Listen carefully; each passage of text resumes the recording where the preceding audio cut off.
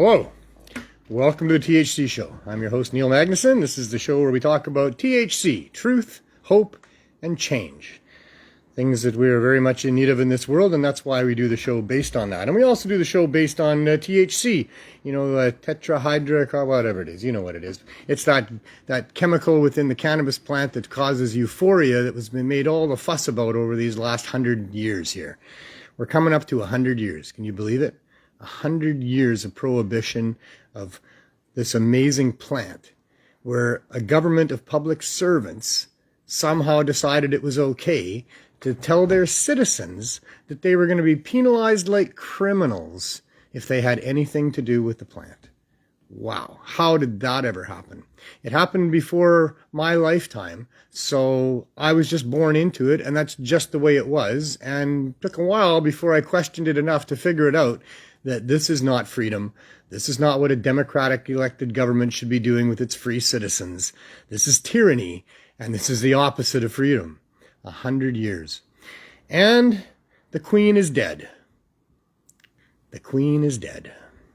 76 years of reign. There was no sunshine. She reigned for 76 years. All of my lifetime plus. And she reigned over prohibition. And because of that, I have always had zero respect for the monarchy. I wish the whole monarchy would go away and die. In fact, I found out recently here in Canada that we don't even own the land that we think that we own.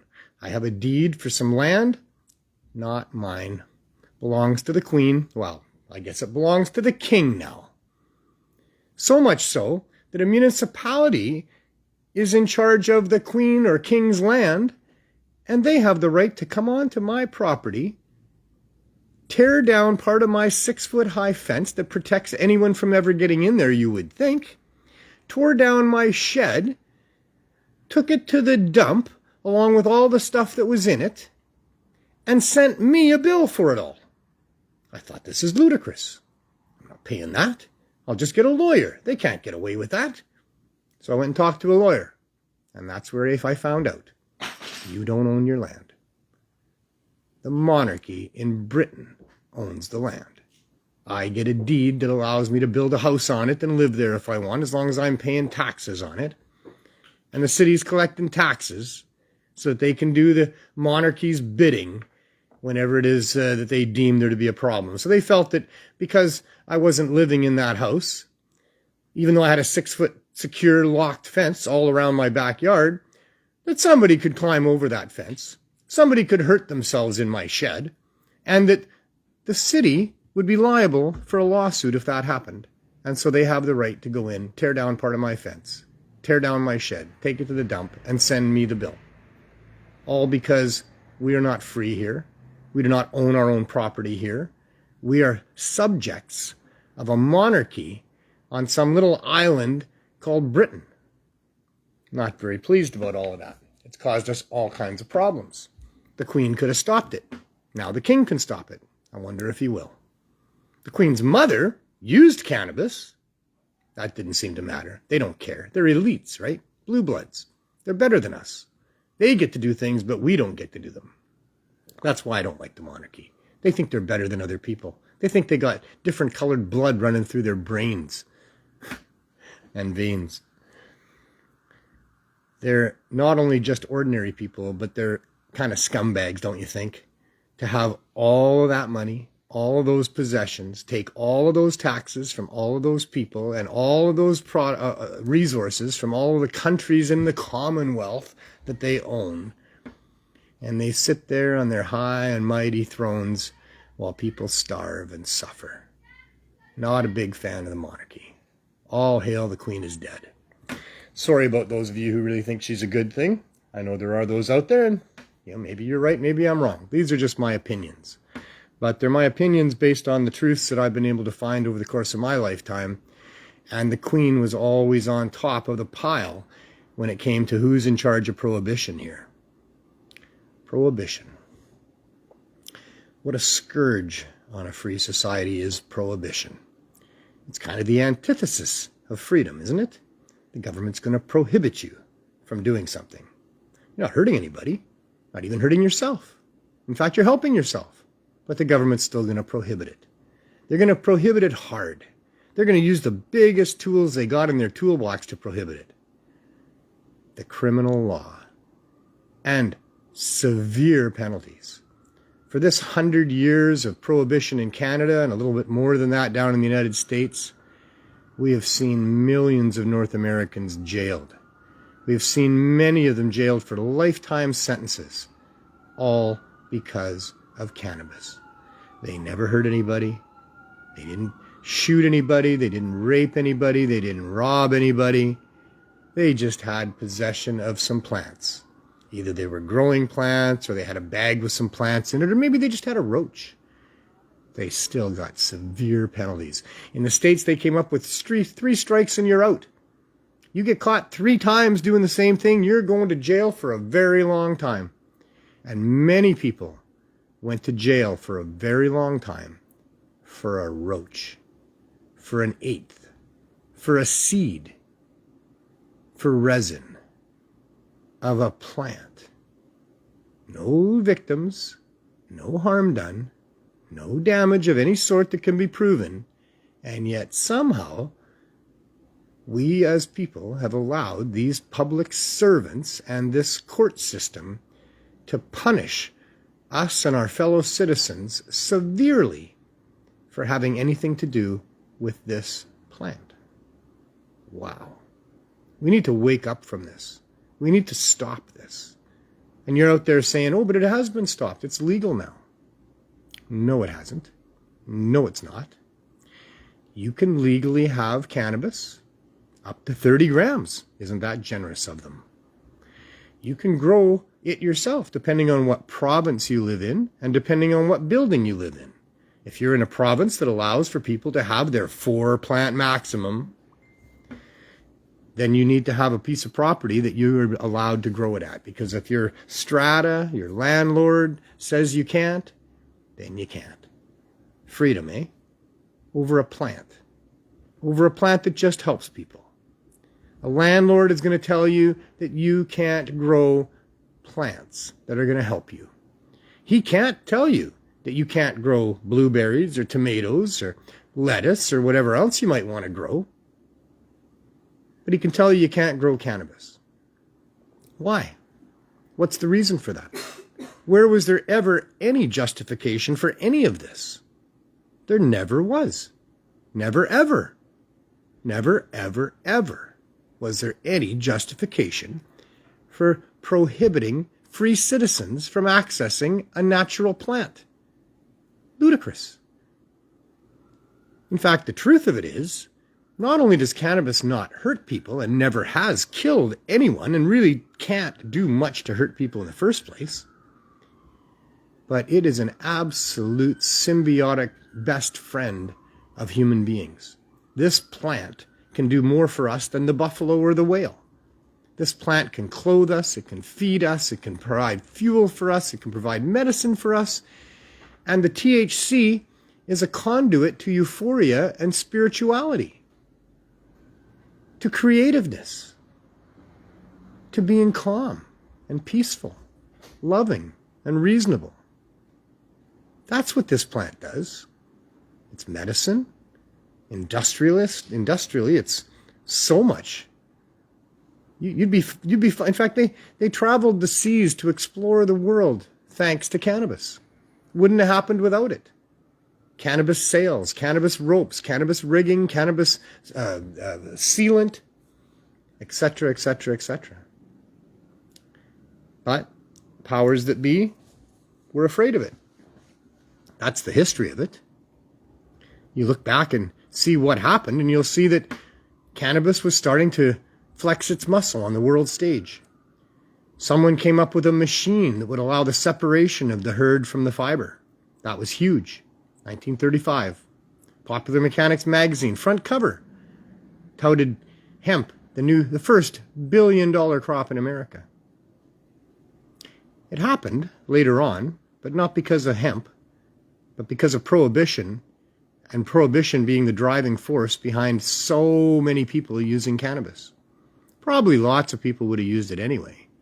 But when you prohibit something, when a government a democratically elected government of free people in what's supposed to be a free country says you can't have this plant because it's dangerous, well, a whole bunch of people go, if that's dangerous, that's exactly what I want. Especially young people. They live for danger. So it's really unfair of a government to tell its citizens that you can't have this plant because it's dangerous, because you're going to cause a whole bunch of people to be interested in that plant that never otherwise would be. Damn good thing it's not dangerous, huh? Not like some of these other things they prohibited, like opioids and coca.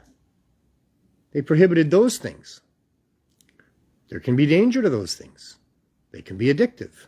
They can cause physical injury. They can cause withdrawal, which can be dangerous and deadly. Those drugs they prohibited too. Also for similar reasons.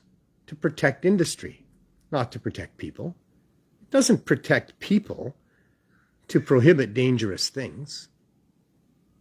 It protects people to tell them the truth about dangerous things. To put regulations on those things that make sense. That address the different aspects of those substances that might be dangerous. That's what regulations are supposed to be for. To make sense protecting people.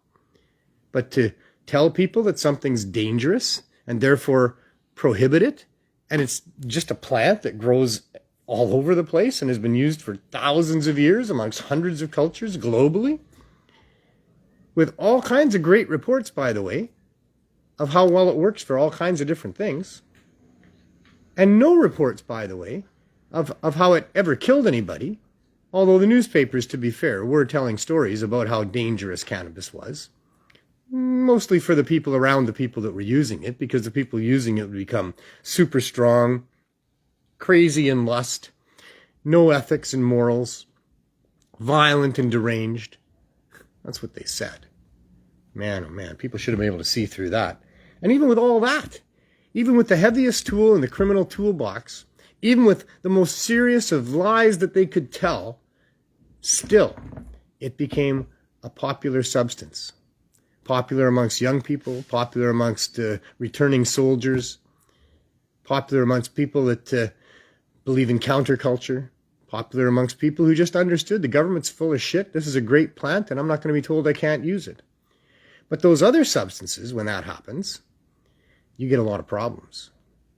When you get a whole bunch of people using products that have dynamics that can be dangerous, and you prohibit it so that the only place it's available is an underground marketplace with no regulations, no police oversight, no medical oversight, no ethical oversight, just an underground marketplace where shady people will help you get access to something the government has prohibited. That makes it even more dangerous.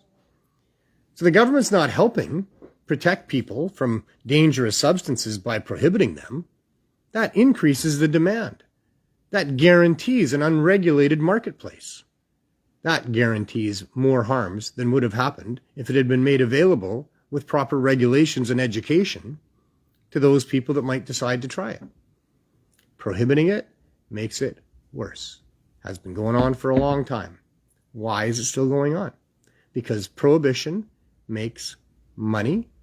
Prohibition helps people win elections because you can scare the hell out of people and you can promise to protect them. Prohibition has caused us incalculable harm.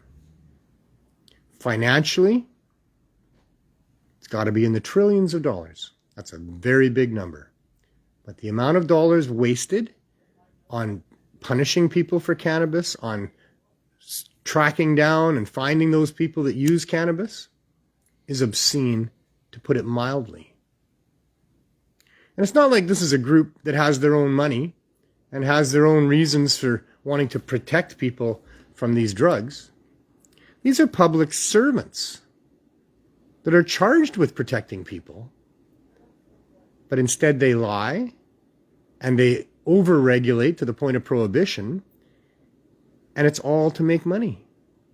all of this nonsense is about making money. Some of it's about scaring people into voting for other people. Some of it's about self-righteousness, about my drug, alcohol, is better than your drug, marijuana, or my drug, aspirin, or whatever else people are taking, opioids, are better than your drug, marijuana. No. I guess my alarm didn't go off. My alarm didn't go off. It's 4:20. Well, aren't you lucky? No more of this rattling around from me. Thanks, Glenn. Can I come join you? Come on in. All right. Now, For those of you who know the show, you're not the least bit surprised. For other people, well, I have a guest for the 420 session.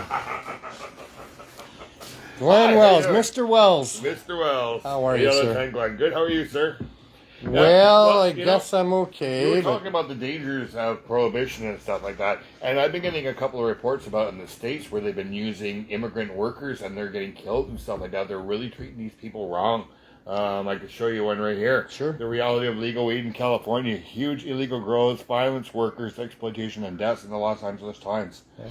So in the States, they're legalization is still prohibition. Yeah, it's amazing. Yeah, and that was on Apple News. So. And if you're new to the show and you're hearing me say that we don't have legalization and you don't quite understand that because you think Canada legalized, the truth of the matter is that Canada legalized cannabis for those people that are lucky enough to get licenses from the government to be able to produce cannabis.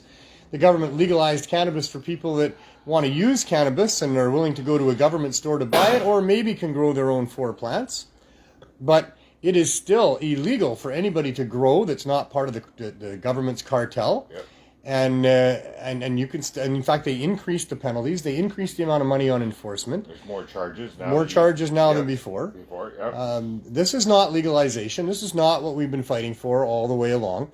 And the worst of it is that the government stores are grossly overpriced with artificially high prices, and that excludes the poor people and the people that would use it daily. And those are the people that really need cannabis the most.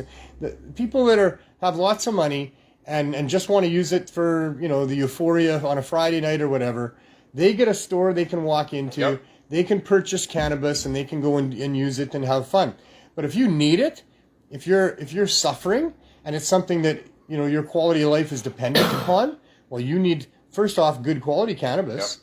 And you need it to be affordable. Most of the people that are suffering like that don't have a lot of money. Nope. Usually with ill health comes poverty. Yep. It's hard to make money when you don't feel good. Because you're on disability, you can't work. Right? That's right. Yeah. So, it's all very, very wrong, and it's still going on. And we really need to... If your lawyer writes an 11-page response, they're still taking their time. Yeah. It's been over 2 months now, and they still haven't responded. So what he's talking about there is Glenn is a medically exempt user of cannabis who needed to have his license renewed, and the government decided that maybe his license was too large, and so wanted it to be cut back. And that's not the right thing at all. So you had Jack Lloyd, the lawyer, stepped up and helped out. Wrote an 11-page, beautifully put together thing about why it's not too much. Yeah. And they're still not responding back. No, now they say, well, that's a different department. We had to send it because now they have to go to a legal department, right? The people here don't know all the laws or something like that. Oh, man. Yeah, so it could take another 2 years, right? But if you go to your doctor and you allow him to put you on a pharmaceutical regime... right away. He scribbles something on a piece of paper. Within 45 minutes, you're at the local or the drugstore right next door getting whatever toxic fucking cocktails of pharmaceutical drugs that you might need. It's not hard to get. It doesn't take long, and those things are deadly and dangerous. Yeah. Oh, yeah. But cannabis, which has no track record of ever killing anybody, and there's really no problems with abuse, there's no problems with other side effects or anything like that. Mm-hmm. For that, oh man, it's like pulling teeth, and it's worse than that, and it's going to take a very long time, and you're probably not going to get permission anyway, and it's all just because it's corrupt. That's it. Sorry. Man, oh man, Rich man. We're going was to talk asking for the link for the show there. Yeah, it's crazy that the... and it gets crazier. It does. It gets crazier. In Alberta, there's too many stores. Yep. We reported on last week's show that in Ontario, there's too many stores. Mm-hmm. They're not attracting enough business. They feel that in Ontario, a third of those stores are going to be closed before another year goes by. Really, eh? That's a lot. Yeah. And I don't know how many they think are going to close in Alberta, but they say that the prospects are not looking good for many of them over the course of the next year. And they were saying that Alberta was going to be the next cannabis capital. Yeah. I don't think so. I don't know how that happens. I know, right? Because I guess because they had so many stores. There's some good cannabis users in Alberta. Yeah. There's a fair little pocket of activism that goes on there, and I love all of that. Calgary Cannabis Club. Good friends of ours. And, they do really good work. There's a number of them. John, Gord, and Colin, and but Alberta, I don't think is poised to be the next cannabis capital of Canada. Yeah, but if anything, maybe Saskatchewan, simply because they have all the farmers and farmland there. But and they have all that potash too. Now, did they have all that potash because of so many people smoking pot? I know. I've always loved it. I guess that's an indication of how much of a cannabis province you are, is by how much potash you have. Yeah. Don't believe that. This is the Truth, Hope, and Change show, and that's not the truth. No. But I don't know that BC is going to be supplanted anytime soon as the cannabis capital of Canada. It's so beautiful here that we've attracted most of the best growers from Saskatchewan already. BC is best cannabis, right? Best cannabis. Best cannabis, right? Yep, that's Cannabis Canada. That's it. We should get a new show page or something. Speaking of the best cannabis, the Karma Cup happened this past weekend. That's the third in a series of 3 weekends in a row. And Dirty Dave, a real good friend of the show, he's been on the show numerous times, took first place in the flower category. For his Miracle Alien Cookie. Mac. That's it. The Mac is one of his famous products. Mac and cheese. And doesn't he have, isn't there some sort of a website where that stuff's available? Cannabis Wonderland. Cannabis Wonderland. You might want to check that out. Yep. If you want the winner of the Karma Cup cannabis, it's available there. Yep. And then we're going to talk about winners. Second place winner for Mom Cup was only wholesale, and they have really good shatter prices too there. So, yeah, check them out too. Right. Yeah, that Mac is Authentic Genetics. Right. The company Authentic Genetics, but that Dave really did get the proper cut of that Mac. So tasting it from Cannabis Wonderland, it is the real deal. It is. The famous And Dave uses the living Mac. Soil too. So his soil is a little bit different and it has the worm cast. I see Johnny B has gone to that as well now. Yeah, Dave, results are coming in. Yeah. Dirty Dave is called Dirty because his cannabis is the cleanest of anybody's, really. He cares more about that type of thing. Yeah. Well, maybe Redbeard has surpassed him. I'm not really sure. I'll have to grow up. But I was talking to Redbeard, about, I wanted to know because he's got one of these licenses from the federal government to produce cannabis. Yep. And I want to know, are you irradiating your cannabis? No. If you're not irradiating it, are you spraying it with these harsh chemicals to kill microbes? Because that's apparently the mandate of the government. And he said, no. I said, well, what are you doing then? You have to keep the microbe count down way low, according to the government, for no good reason also, by the way, just a ridiculous regulation they put on there. He says he keeps his room clean. Yep, totally clean. He said he keeps it so clean that, he doesn't have a microbe issue. Yeah. So that's good to know. Yeah. Now, if only the prices could come down. I don't think he's making much. I think they make $1 a gram. Wow, eh? Which is still $448 a pound. Oh, that's okay. But for indoor grows, when you've got lights and all the equipment, and if he's keeping it that clean and all the protocols and things going on there, it's not cheap. Maybe it's $1 a gram after all bills are paid. I don't think so. I think that what I'm told by him and other growers is that the LPs are basically getting $1 a gram. Wow. The federal government then puts $1 a gram tax on there. Yep. The provincial government then puts tax on there. Wow. I believe the municipal government does as well. Then there's the exorbitant packaging that they use and the costs involved in that. There's a number of costs involved in the way the government is forcing people to grow things. There's a number of taxes involved before it gets to the consumer. Mm-hmm.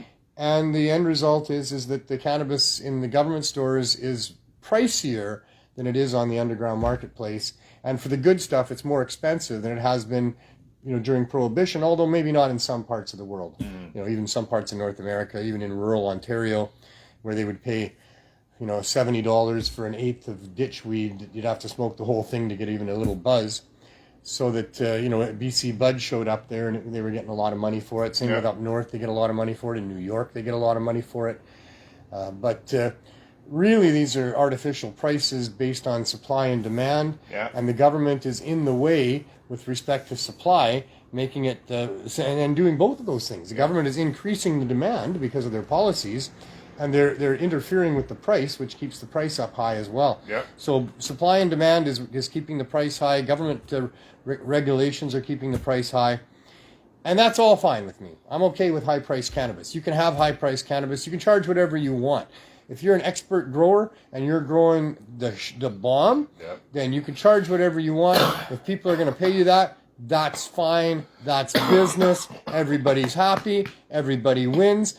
But if it's not available at cheaper prices for farmers that want to produce it inexpensively and bring it to the marketplace similar to other plants, fruits and vegetables and herbs that we have here, then that's not okay. And that's why I'm not okay with this legalization at all. They are excluding the poor people. They're excluding the sick people. And really, it's absolutely insane that they would be putting these regulations and restrictions and taxes onto this plant that makes it so that farmers can't bring it to market if they want to. They have to first get that coveted rare license and then pay that extremely exorbitant fee to have that license and then comply with all those expensive regulations and the taxes that has to be paid on that. So, you know, this is all just not legalization that we're looking for. We want the government to get out of the way. If you can't help get cannabis to the people that need it inexpensively, then get the hell out of the way. Let us do it. Let the farmers do it. Let the community do it. We can do it. We will do it. We've already set that example before they even was legalized. We had a whole bunch of stores. The stores were running good. Nobody was dying. Everybody was able to get whatever they wanted. They could walk in, smell it. Most of them had compassionate pricing. Exactly, yeah. If you couldn't afford anything, they usually had a little bit of something on the side, you know, that they could help you out with.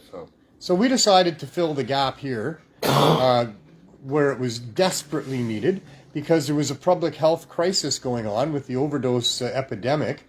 And I had personal knowledge that high-dose cannabis edibles can assist people in getting through withdrawal. And so with that, we started to fill the gap. We started the Cannabis Substitution Program. That was it. Before we started the Cannabis Substitution Program, wanted to do it the right way. Wanted to make sure that we were protected because of the illegalities of cannabis. This is going back almost 6 years ago now when this program was starting out. And so first I went to the group that knows, Vandu. They're the ones on the front lines, on the street, dealing with the actual crisis. I went to them first. I presented my idea to their board that we make cannabis high-dose edibles as easily available as possible to people, free. Free. Here you go. And they gave me unanimous support for that because they understood that cannabis was not only a harm reduction tool, but it was the best harm reduction tool that there is available. And so that they gave me unanimous approval. Either. It wasn't a pill or something or shrink or whatever, you know? Yeah, it's a natural plant that has been helping people with all these problems for thousands and thousands of years. And they understand that at Vandu. They know how valuable it is to people down here. They know that there are already hundreds of people by this time, 6 years ago, that had used cannabis to get off of the hard drugs. And I knew them. That's why I started the program. We had the herb school back in the day about 18, 19 years ago, right at Main and Hastings. That's where we learned about the high-dose edibles that we had, getting people through withdrawal. And so there's been a number of people over those years that have had that success. Us in the cannabis community, many of our friends that are now part of the cannabis community will tell you that they were there. They were hooked on opioids. They were down and out on hard drugs, and cannabis saved their life. So first I went to Vandu. From Vandu, I went to the city council. I went and presented to city council with Vandu's support and asked for their support. Didn't get it. From there, I went to the Vancouver City or Vancouver Police Board meeting. Rob Laurie, the lawyer, came with me there. We presented he laid it all out for the Vancouver Police. We have Vandu's support. We know that this will work. We have personal experience. Even though it's prohibited substance, we're going to give this stuff out. And I wanted to tell you guys about it. And I got a great response from the VPD. Deputy Chief Steve Rye came and shook my hand. He thanked me for my initiative and my concern. and said that he didn't think there was really anything that they could do for me. And I said, I understand that. I wasn't really asking for anything, but I did want to let you people know, because they're charged with enforcement. And so then I spent 2 more weeks trying to get the city of Vancouver to be on board without success. But still, we had to go ahead and do what we were going to do because the lives were at stake. And so during those last 2 months of trying to get the city on board, I was gathering up donations. And at the end of that, I went to Vandu. We set up a table. We started handing out high-dose edibles.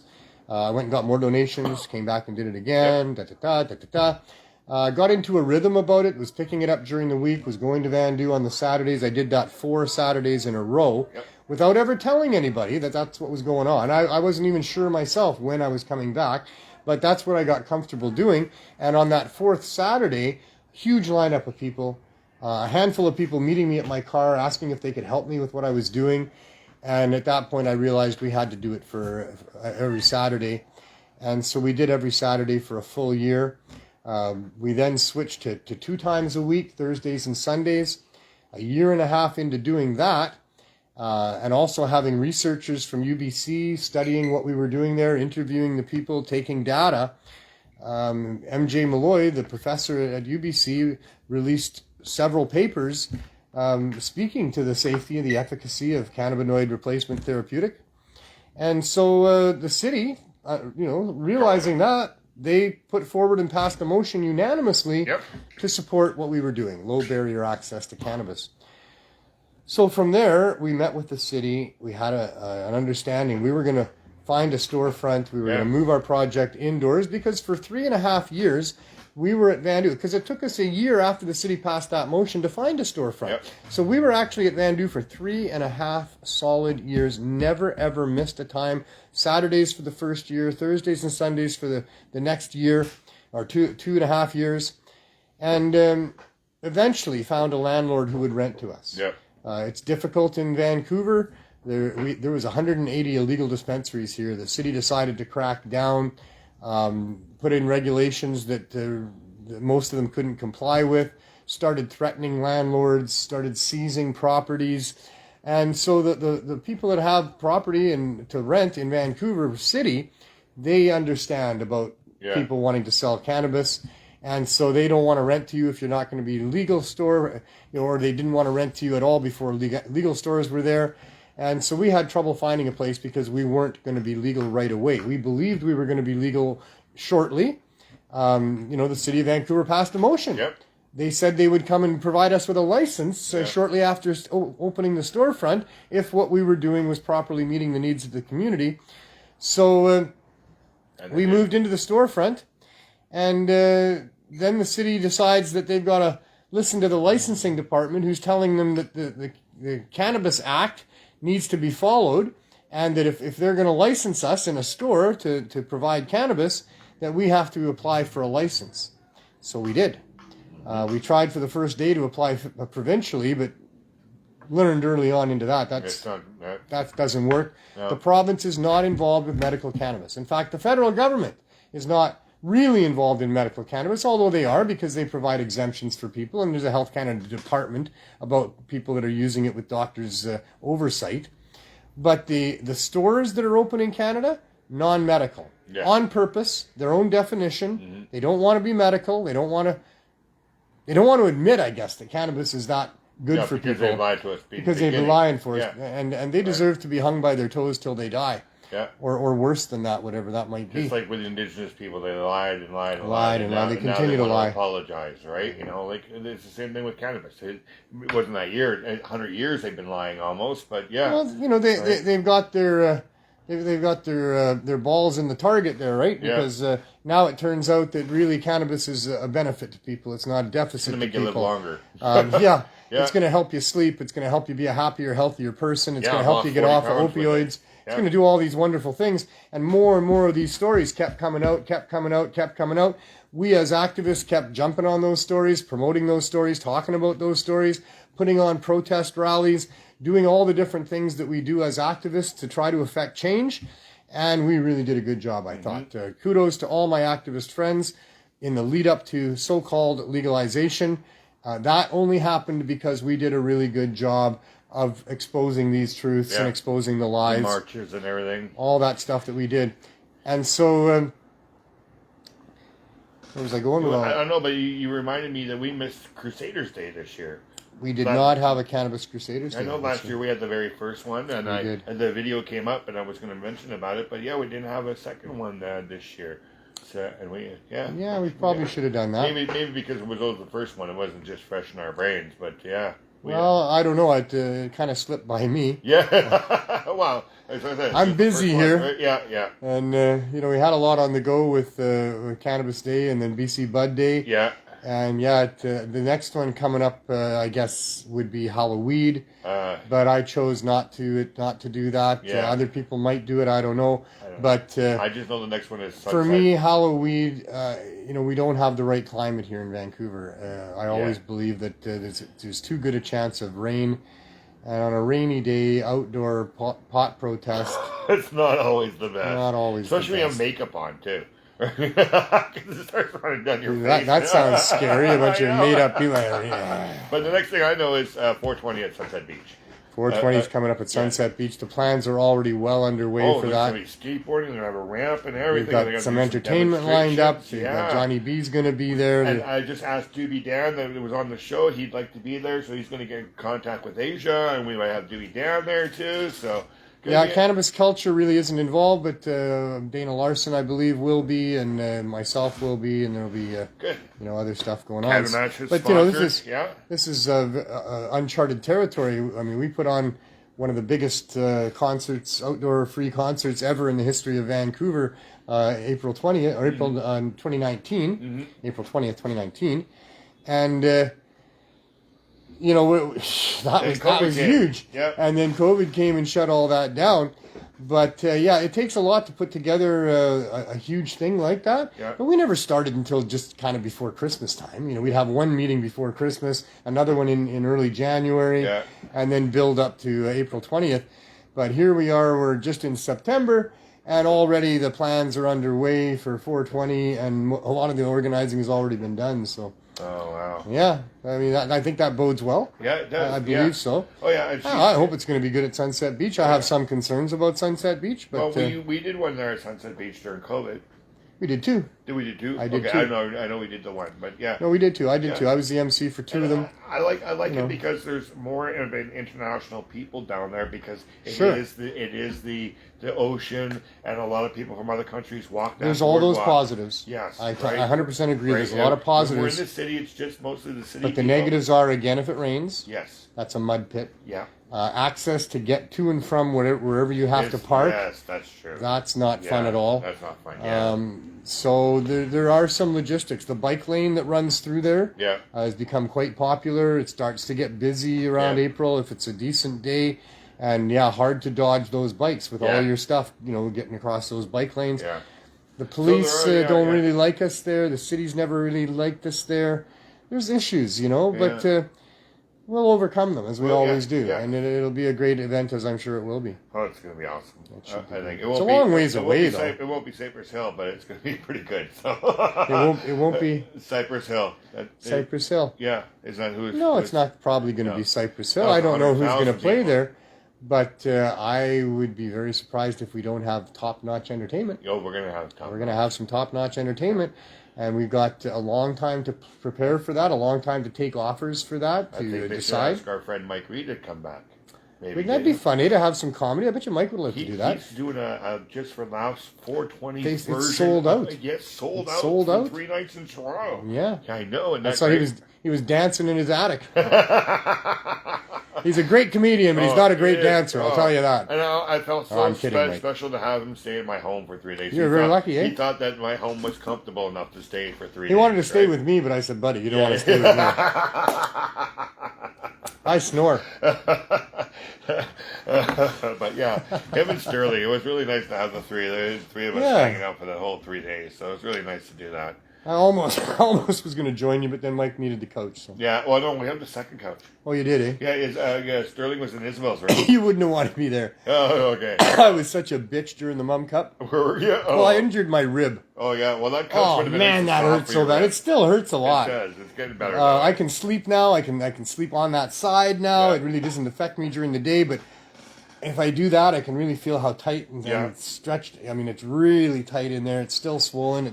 And if I touch it, it's still very tender. Well, you must be a little bit more healthier because you are healing. Usually, you don't heal when you're not healthy. So really, usually, is that true? Yeah, I think so. Oh, something like that.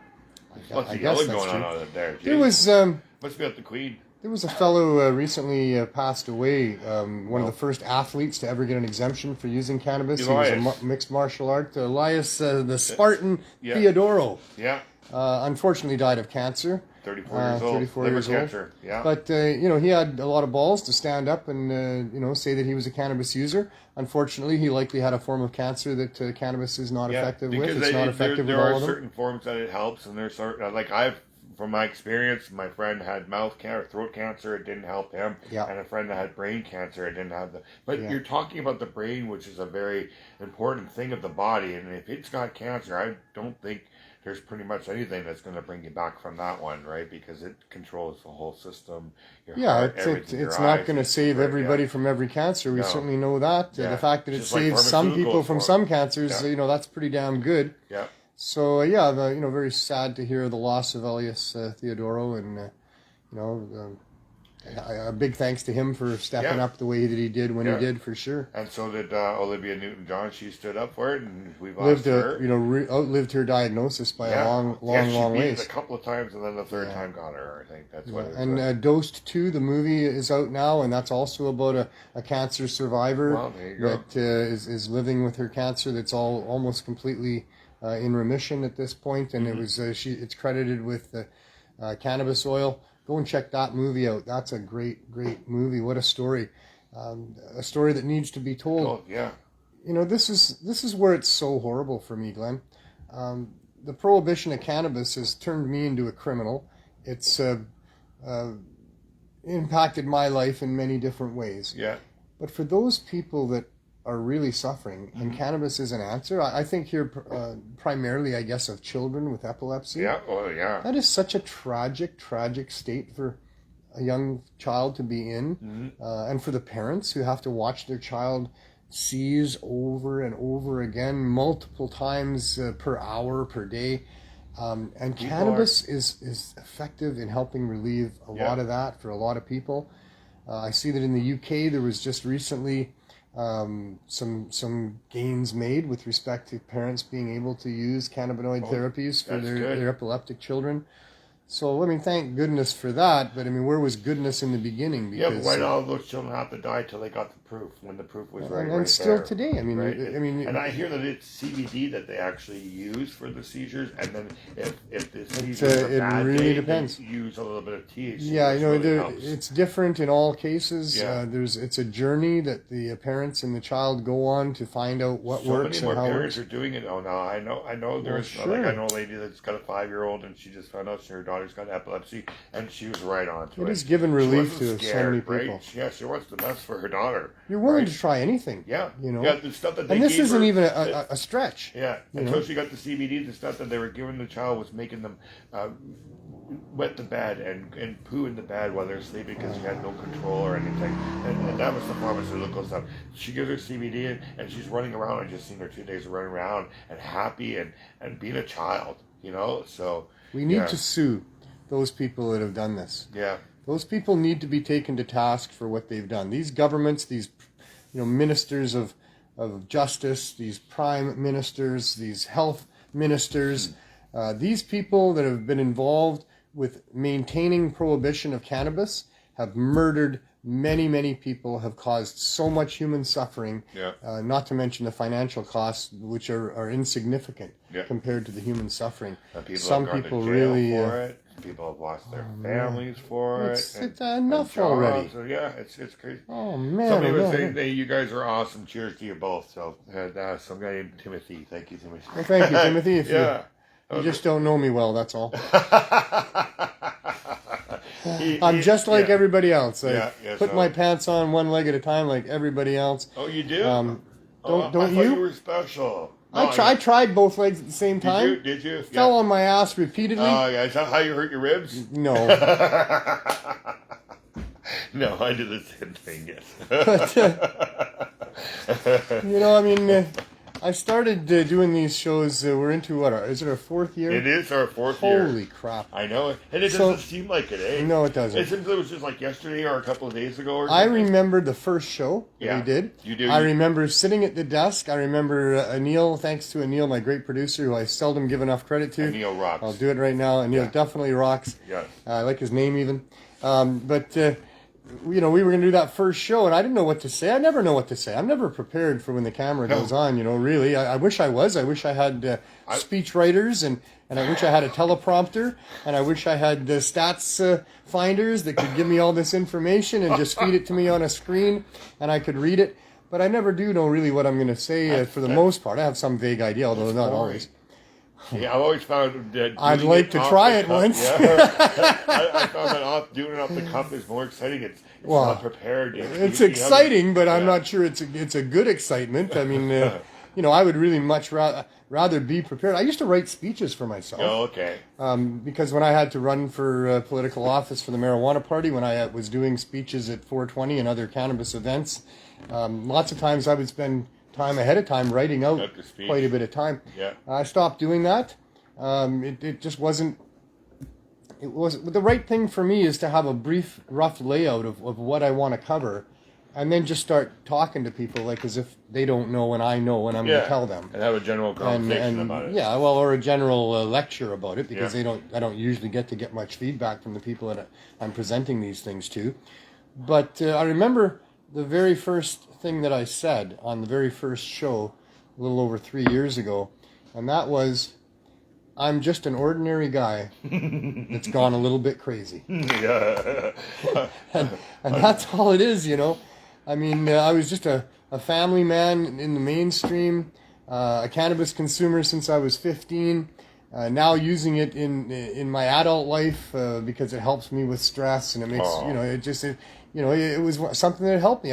I'd set aside all those other drugs that I had tried along the way. I was heavy into alcohol for a while there until I was 19, and then I quit because I was old enough to drink, and that didn't make any sense to drink something that I didn't enjoy that was hurting me just because I wanted to make a statement about don't tell me I'm not old enough to do something. Yeah, I know. But, yeah, I know. And that's what I alluded to earlier on in the show. It's not fair to people like me to prohibit something. Yeah. Because, damn it, now I got to think about what the hell that is and then, see how I can get a hold of some of that and give it a shot. Yeah. Young people trying to be, adults are looking for the things that they're not allowed to do so that they can do them so that they can be adults. It's like rites of passage, these things, So it's not fair. It's dangerous to prohibit dangerous drugs. We got so many kids into those harder drugs because that same thing. The whole drug culture, when cannabis was thrown into that, I mean, it's been 100 years, so it wasn't just thrown into that. It was one of the first ones in there. But... well, wasn't cocaine first? Cocaine was first. Cannabis was third. It was cocaine in 1908. It was the Chinese version of smoked opium in 1916. Yes. Yeah. And then it was cannabis in 1923.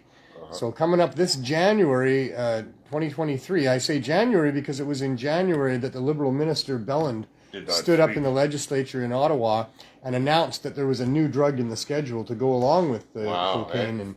And that was there an official date that it became effective, or did it become effective? Yeah, I don't have that date in my mind. I got a little bit. Get the stats people to work on that. Oh, it's there. I mean, I used to know it, but I guess senility is creeping in, or maybe we can have like a little march.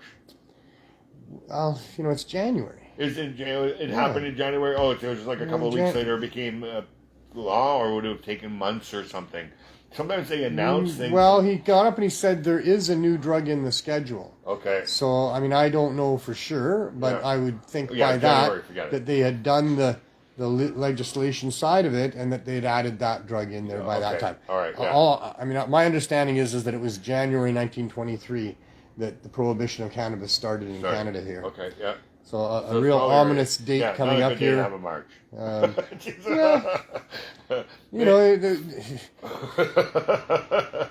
Every day is a great day to protest cannabis prohibition. Yeah, but it's cold. But it depends on how you do that. A big letter writing campaign, I don't know. I want to get rich, Glenn. I've decided that I should get rich. Really? How are we going to do that? Because if I was rich, and I'm saying this for all you people out there that are rich. I mean, I don't know what you're doing with your money. I don't know how much you think you need to have put aside in bank accounts while you're laying in your coffin there. Right. I don't know how many kids you're going to be supporting that you gave birth to during your lifetime that you needed to make all those millions of dollars for, that they can have that cushy life because of all your work. I don't know about any of that stuff. You do what you want with your money. But for me, what I would want to do if I had a whole bunch of money, I think my son's capable of looking after himself, and I'm not going to leave him nothing, and his mother's not going to leave him nothing. So, he's going to be fine. Yeah. I don't need any more than I need. I just need to, look after my health and eat properly and have a roof over my head, and that's all I want in life. And a car. I want to have a car. One of these things is also good. I want some things, I want to be comfortable in my life. But I don't need more than that. No. And so that if I was rich, I'd have billboards that said the government is killing children by not allowing them access to cannabis to help them with their epilepsy or with their this or with that and all the rest of the things. The government is killing our sons and daughters because they're not allowing easy access to cannabis, high-dose edibles to get them off the hard drugs. Yeah. I would put up billboards like that. And I would try to encourage my fellow citizens, and that's what I'm doing on this show, and that's what I've done before, and I want to say it again. Sue the government. Yeah. Sue the government. The government. Bring charges and damages against the government. It didn't take me long to think about the damages in my life caused by prohibition. They are numerous and they are of great value. I'm considering suing the government. And I think that we should do that. I'm not a lawyer. I don't know how to do that, but I think I'm going to find out. And we're going to... Brian can help with that. Brian's going to help me with that. And the government actually puts money aside for such things. Lots of it. Torts, it's called. Torts. Yep. And they settle lots of these things all the time, and they're prepared for it, except that we haven't properly sued them for this terrible attempt to annihilate the cannabis plant and prohibit access to it. And that is a very, very destructive thing that they've done, damaging to so many people. And so, I would like to put up billboards that would encourage people to do that and would expose, how wrong this all is. It's gone too far. Yeah. I mean, it's crazy as can be now. I had to quit my job, how long ago now? 20 years ago, basically, because I learned the truth about, just a renovation that I did for the guy putting on the pot rally. Yeah. And learned the truth during that renovation and cried my eyes out. I couldn't believe it. I became so angry. I hadn't known all that stuff, even though I'd been going to pot rallies. I guess I just wasn't really paying attention, I knew it shouldn't be illegal, but I didn't understand why it was illegal or, what the actual damages were as a result of that or those types of things. But I'm just an ordinary guy, and I think that goes for all my activist friends as well. And stuff happened to me.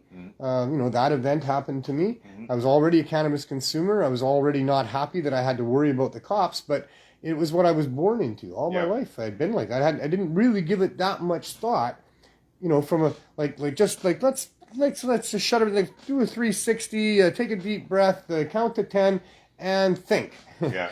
And when I did all of that in that evening of safety meetings and renovations of the Herb School. I call it union meetings. Union meetings. Yeah.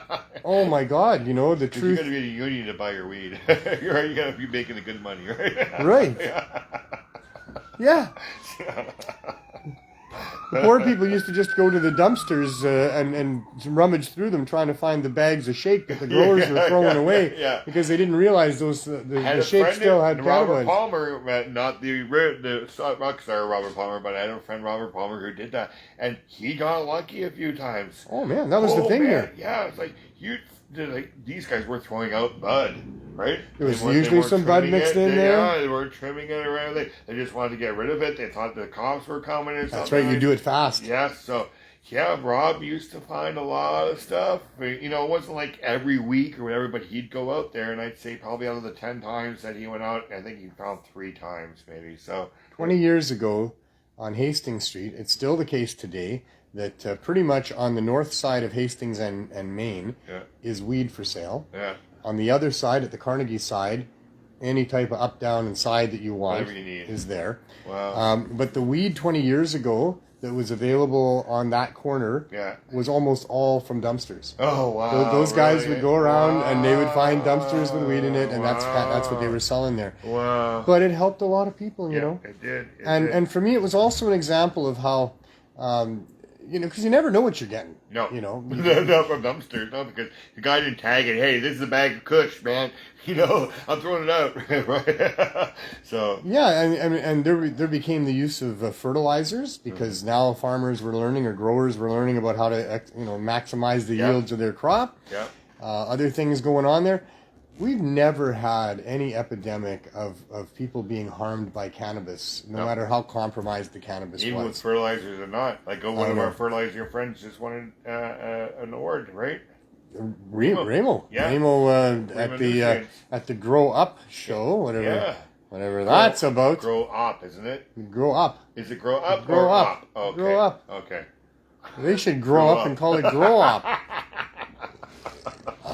But yeah, he won. He won there, and well, he should. What a career he's had in providing nutrients to people, for sure. Yeah, that's really. But the point I'm making is that, you know, there's never been a scourge of bad cannabis harming people.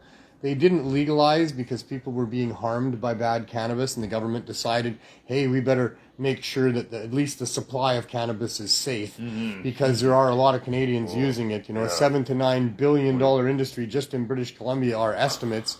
So no, they didn't. That isn't why they legalized at all. Had nothing to do with that. It's never been a thing. I'm not advocating for contaminated cannabis in the marketplace. I'm not advocating for cannabis in the marketplace that isn't subject to some sort of, you know, regulation regarding what amounts of pesticides and fertilizers you can use and things like that. That, you know, that's probably a reasonable thing to do, right? Yeah. But there's never been a problem, is the point. And if it burns black, put it out. Yeah. Right? But how many times have you smoked weed that burned black? And then you can't smoke So many times in my life, you know. Yeah. For a long time, I didn't know that that's what was going on. Yeah. You know, And spark, you know. Go, hey, Glenn, I heard that they put fentanyl in weed. And I keep telling people that if they put fentanyl in weed, it would burn black. And anybody who knows anything about cannabis, if your joint is burning black, you don't smoke it because it's not good for you, right? Yeah, we know that now. Yeah. Back in the day, it was just weird. I'm not sure I really thought enough about it to ever oh, whoa, there's something going on there. I really didn't. You know, not until I realized, that's fertilizer that's not properly flushed out of there, and now I'm burning it and inhaling the vapors from that. That's probably not good. No, probably wasn't good. But still, we never had, you know, hospital wards full of people that were smoking this shit. It was never like one farmer was putting out his batch that was all fucking black hard ash with sparks coming off it, and all the people that smoked that are now in hospital. They're on respirators, and, you know, we're not sure how many are going to survive. There's none of that. Nothing like that ever happened. So, you know, to now hear these licensed producers talking about how the strike in BC has resulted in a lack of supply to the point of closing stores and laying off staff and customers not getting what they normally would want, and that they're afraid that these people are going to go back to the unsafe supply. Unsafe supply. Yeah, right. Your mom and dad of these legal places were probably using unsafe supply. Even the Hells Angels that grow large amounts of cannabis, you know, we're still not putting out cannabis that was harming people. You know, they still got growers in there growing for them that cared a little bit about the plants, because that's what you do. Well, they had a lot of guys that were probably using it, and they already knew the benefits about it too also, but no one knew was going to listen to them, right?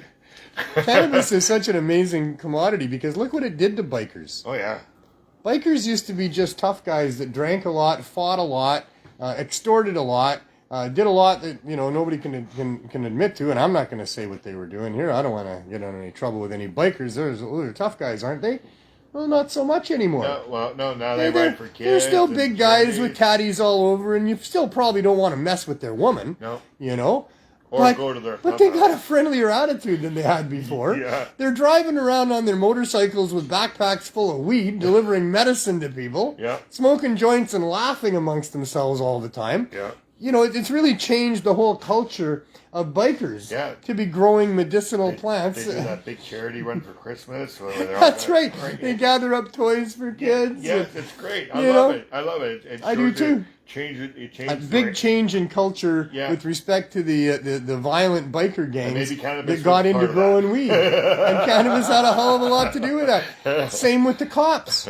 Same with the cops. Yeah. There was a real, a culture of angry cops who were out there to punish anybody that was caught doing anything wrong on behalf of the citizens because the courts wouldn't do it. And tough, angry. It was not easy dealing with cops back in the day. But gradually over time, more and more friendly cops. And actually in my trips across Canada, and because I'm putting on rallies, I get cops admitting to me that, they use cannabis or their friends use cannabis. I had an OPP and a Peel Regional Police officer when I lived in Ontario that used to come and smoke with me. And I had family members coming and telling me that their cop relatives actually use cannabis and stuff like that. And the culture changed. We still have angry, drunk cops out there. Don't get me wrong. Yeah. We have cops that probably would never touch cannabis because of the stigmatization and how they've felt about it all the years, or that they've arrested people for it. Get their brain around it. But there's a bunch of other cops here in Vancouver. I can tell you for sure. I know several of them. They're using cannabis instead of alcohol, or along with it. Because 8 hours. And that's because they can go to work. That's right. Not the RCMP. You can't. It changed 30 days. 30 days for the RCMP in between using cannabis and having a shift. No freedom for RCMP apparently. No, but you could drink. Yeah, you can drink. You come in there and 6 hours later or something and smell like alcohol or whatever and police people. Yeah. Or drink on your shift. I don't know why it popped into my mind. I don't think. But they had this photo radar going on for a while here. Yes. They had these cops in vans. Sitting there all day, fat, taking pictures. Well, they were doing more than that. Apparently, there was cops that were caught with hookers in those vans, drinking in those vans. Nah. Oh yeah, there was shit going on in there. They didn't have to do anything. The radar would take the picture. Yeah, they just had to be there because they had to be there. And set the speed limit that they were. Now they got those cameras in intersections, and then no cops sitting there to waste their time and our money. You just have to watch before the intersection. It tells you if it's a red light camera or it's a red and speed camera. So the thing is that cops get corrupted. Yeah. They get corrupted simply by the fact that they think they're above the law, for one thing. They've got the gun. Yeah. They're the ones who are enforcing the law. Therefore, they're the ones who get to break the law. So there's been a lot of that going on. But prohibition has resulted in corrupt cops like you wouldn't believe. Oh, yeah. Entire police departments have been fired because of the corruption caused by drug prohibition. Mm-hmm. I mean, they get to go in there and pretend that they're one of the gang. Yeah. And they're going to do all these drugs, and they're going to do whatever it takes to prove themselves and all of that stuff. And they get so corrupted. When these cops go in on these raids, they have to have 2 officers searching at all times, because if it's just one officer searching, goes into their pockets. Yeah, but they find a little wad of cash. Well, nobody's going to know. So now you have to split it. And cops, they steal weed. Yeah. Like, what are they doing stealing weed? Are they using it themselves or are they selling it? I don't know. But how many times? I mean, I can't tell you because there's way too many. I've been told time after time again that people get busted for particular amounts of cannabis. They go to court, and all of a sudden what they're being charged with is less than what they had. And do you say anything? Well, most of the time they don't. No, because you don't want to say, "Hey, I had 5 pounds." What do you mean? What do you mean? Like 2 pounds there, Your Honor? Like I had 5 pounds? Yeah, no, I'm not gonna say that. And that's probably what the cops are thinking, right? Of course. Who's going to complain? Who's going to complain? Yeah, exactly. Right. Who's going to complain? So it's resulted in a lot of corruption. Another thing that we touched on was governments lying. Yeah. Governments are a lot like children in trouble. Yes. Yes. Government officials. Yeah. Do shit, much like cops, because they think they are above the law. Yeah. They think that they can get away with this, and so they do. And then they will do all these crazy things like children do to not get caught doing that. Yeah. So if they're going to get caught, although they'll lie, they'll make up this story. They go to such a crazy flippin' lengths to get away with stuff. Yeah. Because that's the nature of their game that they're playing here. So it's a mess. And one of the big ways to solve this mess would be to end prohibition, to repeal any of these laws to do with plant medicines, and come up with reasonable regulations that allows access in ways that are properly regulated, you can only regulate things so much. Yeah. Prohibition doesn't work 100%. If you prohibit, that's the ultimate regulation. Can't have it at all. We're going to use everything we have against you if you do. That just increases the demand. It increases the use of these things. Yeah, it does. So that doesn't work. Regulations need to make sense.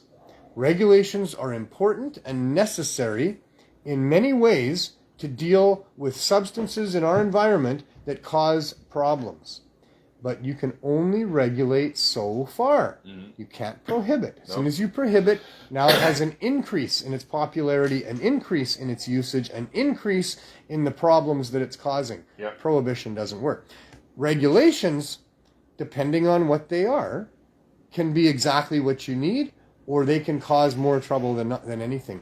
The unfortunate part about regulations is that the people imposing regulations, these regulatory boards, in most cases are infiltrated by people from the industry that they're trying to regulate, who get regulations that protect the industry in allowing them to do things that are questionable and might harm people, as opposed to protecting people from industries that might do that and will do that if they're allowed to do that, because that's what industry does, is it looks for the ways to maximize its profits, to minimize its expenses, to put down competition, and get away with whatever they can get away with.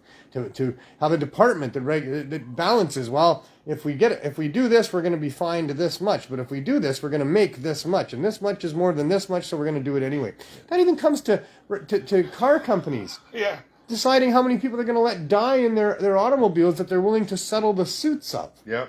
That's been going on for a long time. All it is an indication of how business works. Yeah. There's business ethics that are far removed from human ethics. They're all about making money. They're not about people or people's feelings or their futures, their families, anything to do with anything like that. It's all about how do we maximize our products, how do we minimize our profits, how do we minimize our expenses, how do we put down the competition. That's just business. It's business doing what business will do. They'll pay lower wages than they should. They will cut corners on materials where they shouldn't. They will do all of these things if they're not scrutinized to some degree.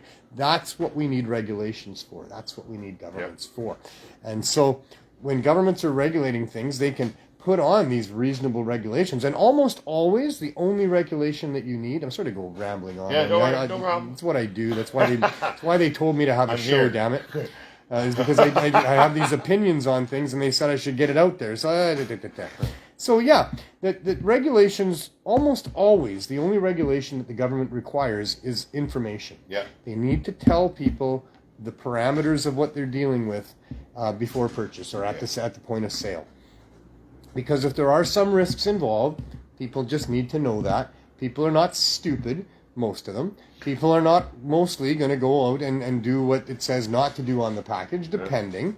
But for the most part, that's what they can do. They can say, don't do this, don't use more than that, here's a dosage that is safe. With cannabis edibles, for example, it is going to be very important that when they have high-dose edibles available for people, that they put what the dosage is, and they put some recommendations about where you start with that, and how you move forward with that, and what can happen if you don't do that. I don't think that works with cannabis as much, because I know that pharmaceuticals are a weight-based thing, so how much you weigh is what the doctor prescribes. You can't do that with cannabis. No, because cannabis... And they won't be able to do that. Yeah, exactly. They're not going to be able to say, this is the dosage. Yeah. All they're going to need to do is say, you need to start low. Yeah. You need to start around 5 or 10 milligrams if you've never consumed cannabis as an edible before. Yeah.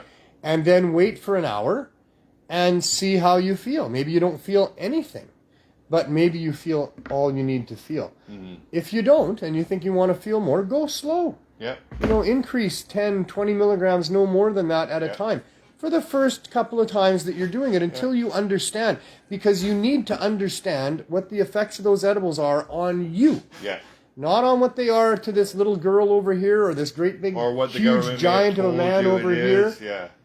You need to know about you, because I've seen that great big giant of a man felled to his knees with small amounts of cannabis edibles. Yep. And I've seen this little girl over here eat thousands of milligrams of cannabis edibles and not even look like it's affecting her. Yeah.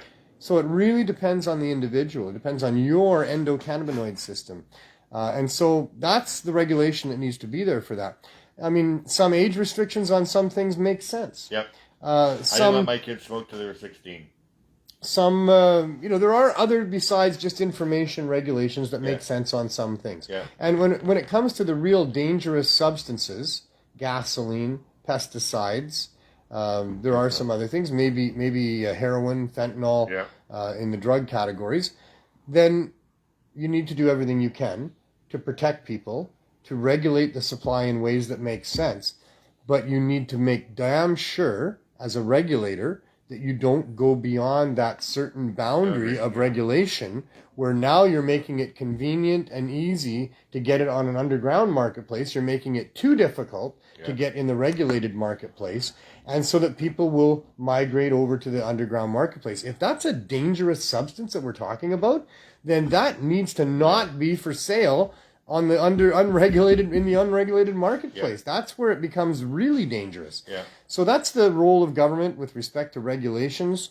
And when it comes to cannabis, there is certainly a place for government regulations on the high dose edibles. They absolutely need to have high dose edibles. They need to have 1,000 milligram, small portions for those people that need that, and that's what works for them.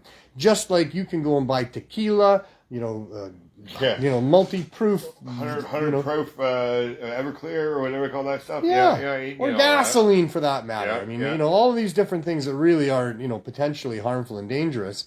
You can buy all that stuff. Dynamite too. For some things, you probably have to take a government course. Probably for fentanyl and heroin, you would need to have some orientation. You would need to sit down with a healthcare professional skilled in those areas to understand, what are you going to use this for? What are you expecting to get out of this? How long do you plan to use this for? What is the dosage that you need to understand these things. People need to be told, it should be on the labels of those types of drugs, and probably taught in some orientation class about these opioids are short-term relief. They're powerful, short-term relief. If you're having a leg amputated, if you've got serious pain, opioids can be the way to go. You can even use them long-term in a strictly, regulated, managed way, because some people need that. But for most of those people, high-dose edibles would take the place of those opioids for long-term. For short-term, you really can't beat it for the serious issues, but you must be careful, because opioids require a separate neural network to do the work that they do, and they continue to expand that network as you use them, so your tolerance goes up and up and up with them. And so that people need to understand that at some point when you're using this amount for this length of time, you're going to have trouble stopping that. And that's where the addiction comes in. It's not addictive. I got a good friend, Chris Bures. I don't know if you still watch my show, buddy. I know you stopped commenting because I told you to stop commenting. Because he had zero belief in addiction. And he was, I think, to the point of harmful in the way that he would present his ideas to people. Not his ideas. The ideas of Thomas Sass, I believe is his name, and there's other clinicians that have weighed in on their understandings of addiction and these sorts of things, so that Chris had formed the opinion that there was no such thing, that all of these people could quit at any moment if they wanted to, that they were all just playing a game, acting out a role, getting sympathy, getting away with stuff, and that if they wanted to quit, they could. And I felt that was harmful to those people who had really struggled hard to get off of those substances. And so I put some thought into it to understand where it is that I'm believing in addiction. And where I believe in addiction is that that neural network that needs to be filled every time you're using it needs to be filled constantly and consistently to avoid the withdrawal pain, the physical pain that goes along with stopping the use of that. And because there is that horrible physical barrier to getting off, that's where I say addiction lies. And it helps with the mental health part of it too, right? Because it keeps you calm and you're not panicking. For sure. You're not getting what you're used to be doing for years and years and stuff. So it helps with the mental health part too. I don't have the statistics, and here's where I wish I had a statistician that worked with me and we could research all of these things before every show. But in my own personal experience, I've met far more people who have gotten clean off of those hard drugs, who have managed to get through that addiction of withdrawal with cannabis, than I have with people who have done it by going through treatment and rehab that didn't include cannabis. I cheated at the treatment. I was still using cannabis. There you go. All right. Unfortunately, so many treatment options for family services for said drugs. in order to get my children back, I had to go do this, but I was still using cannabis. But yeah, and most of the treatment centers don't tolerate it. No. Nowadays, they test frequently. Yeah. In fact, they get paid for clean urine samples, so they're more than willing to test you every couple of days. That? I proved to them that it stays in your system for 6 months, and I'm not even going to be there for 6 months. So if I've been using it this much, of course. But then they got smart. They said, yeah, but your levels are going to drop. Right? So they kind of got smart. But they're not smart. No. But depending on what their actual goals are. Yeah. If their goals were to actually help their clients get clean from cannabis, then they're not smart in not allowing them to have cannabis and testing for that. Yeah. But what we found out through Body Brokers, the movie that I highly recommend you search and watch, especially if you're thinking that treatment's a great idea, because there's very few treatment options that are run by people who do care about their clients and getting them off of those substances. The majority, unfortunately, are involved in government funding for their services, where because of the opioid crisis, governments have decided to fund people going into treatment. And so all these treatment centers have popped up where they get large amounts of money for every person that's in there, and their motivation is to get the money. Yeah. So they need to get the persons. Get them on more pills. Well, not opioids, but more. It doesn't help them to be successful in treatment. No. So with a less than 10% effectiveness in treatment, they're still operating. Wow. I mean, I think they should be shut down if they got a less than 10%. Or tell them to start using cannabis, and they'll probably get like 80%. But that's what I mean. If they're only interested in having those bodies continue to go through that revolving door, they tell you on the way in, probably you're not going to be successful until you've done it 6 or 7 times, because they want to milk the government for your being there 6 or 7 times. It's really disgusting what's going on with the treatment industry throughout North America and probably throughout the world. But North American governments, Body Brokers is focused on the United States, on California, on a particular treatment care home there. Mm-hmm. But it's a multi-billion-dollar industry just in California alone. Most of it paid for by government grants and things to help people get off of opioids, and like the jail systems, and it's really horrible. Right? They all get paid to have prisoners in there, and it's a big system of companies making money now that they have private jail systems and stuff like that. Let's keep people in jail and stuff. So it's so many of those industries that want to keep prohibition going, and keep the money flowing in. It's all about money. It becomes very disgusting for me when somebody wants you to be prime minister. You know that lady Krista who makes the nice tie-dye shirt? She made one for me. Yeah, she did, and she goes, "What was it? Too bad, so you can be prime." Yeah. Why does she hate me so much? Why would she want me to have that horrible job? Too bad Neil could not be our Prime Minister of Canada. How about too bad that the public servants, including the Prime Minister of Canada, aren't properly limited and accountable in what they do for us. And if they were, we would have a different type of human being taking those offices, people who understood that their job was to stand up to corporate influences and to protect citizens from corporate influences more than anything else, probably. And that if they were limited and accountable, and of course transparency would need to be there. We can't have these behind-door meetings with leaders of industry, lobbyists, who are armed with all kinds of money to bribe with and information to threaten with, and all the rest of it. We need accountability, we need transparency, and we need limits on what they can do. Once we solve this prohibition on the plants, we need to use that as an example of what politicians should never, ever be allowed to do again in the future, which is to tell free people which natural plants we can access. If we're hurting somebody else, I want some government interference in that, because we kind of need it most of the time. I don't want people solving things amongst their families and shootouts in the streets, or meet me in the park at 6. Okay, I want there to be government interference in people doing violence to other people. Yeah. But when it comes to choices being made by citizens with respect to their own health or entertainment or adventure, or even finding out what pain is all about, That is none of government's business. Get the hell out of there unless there's harms and problems that are being caused, in which case education is great. Please tell us about these things.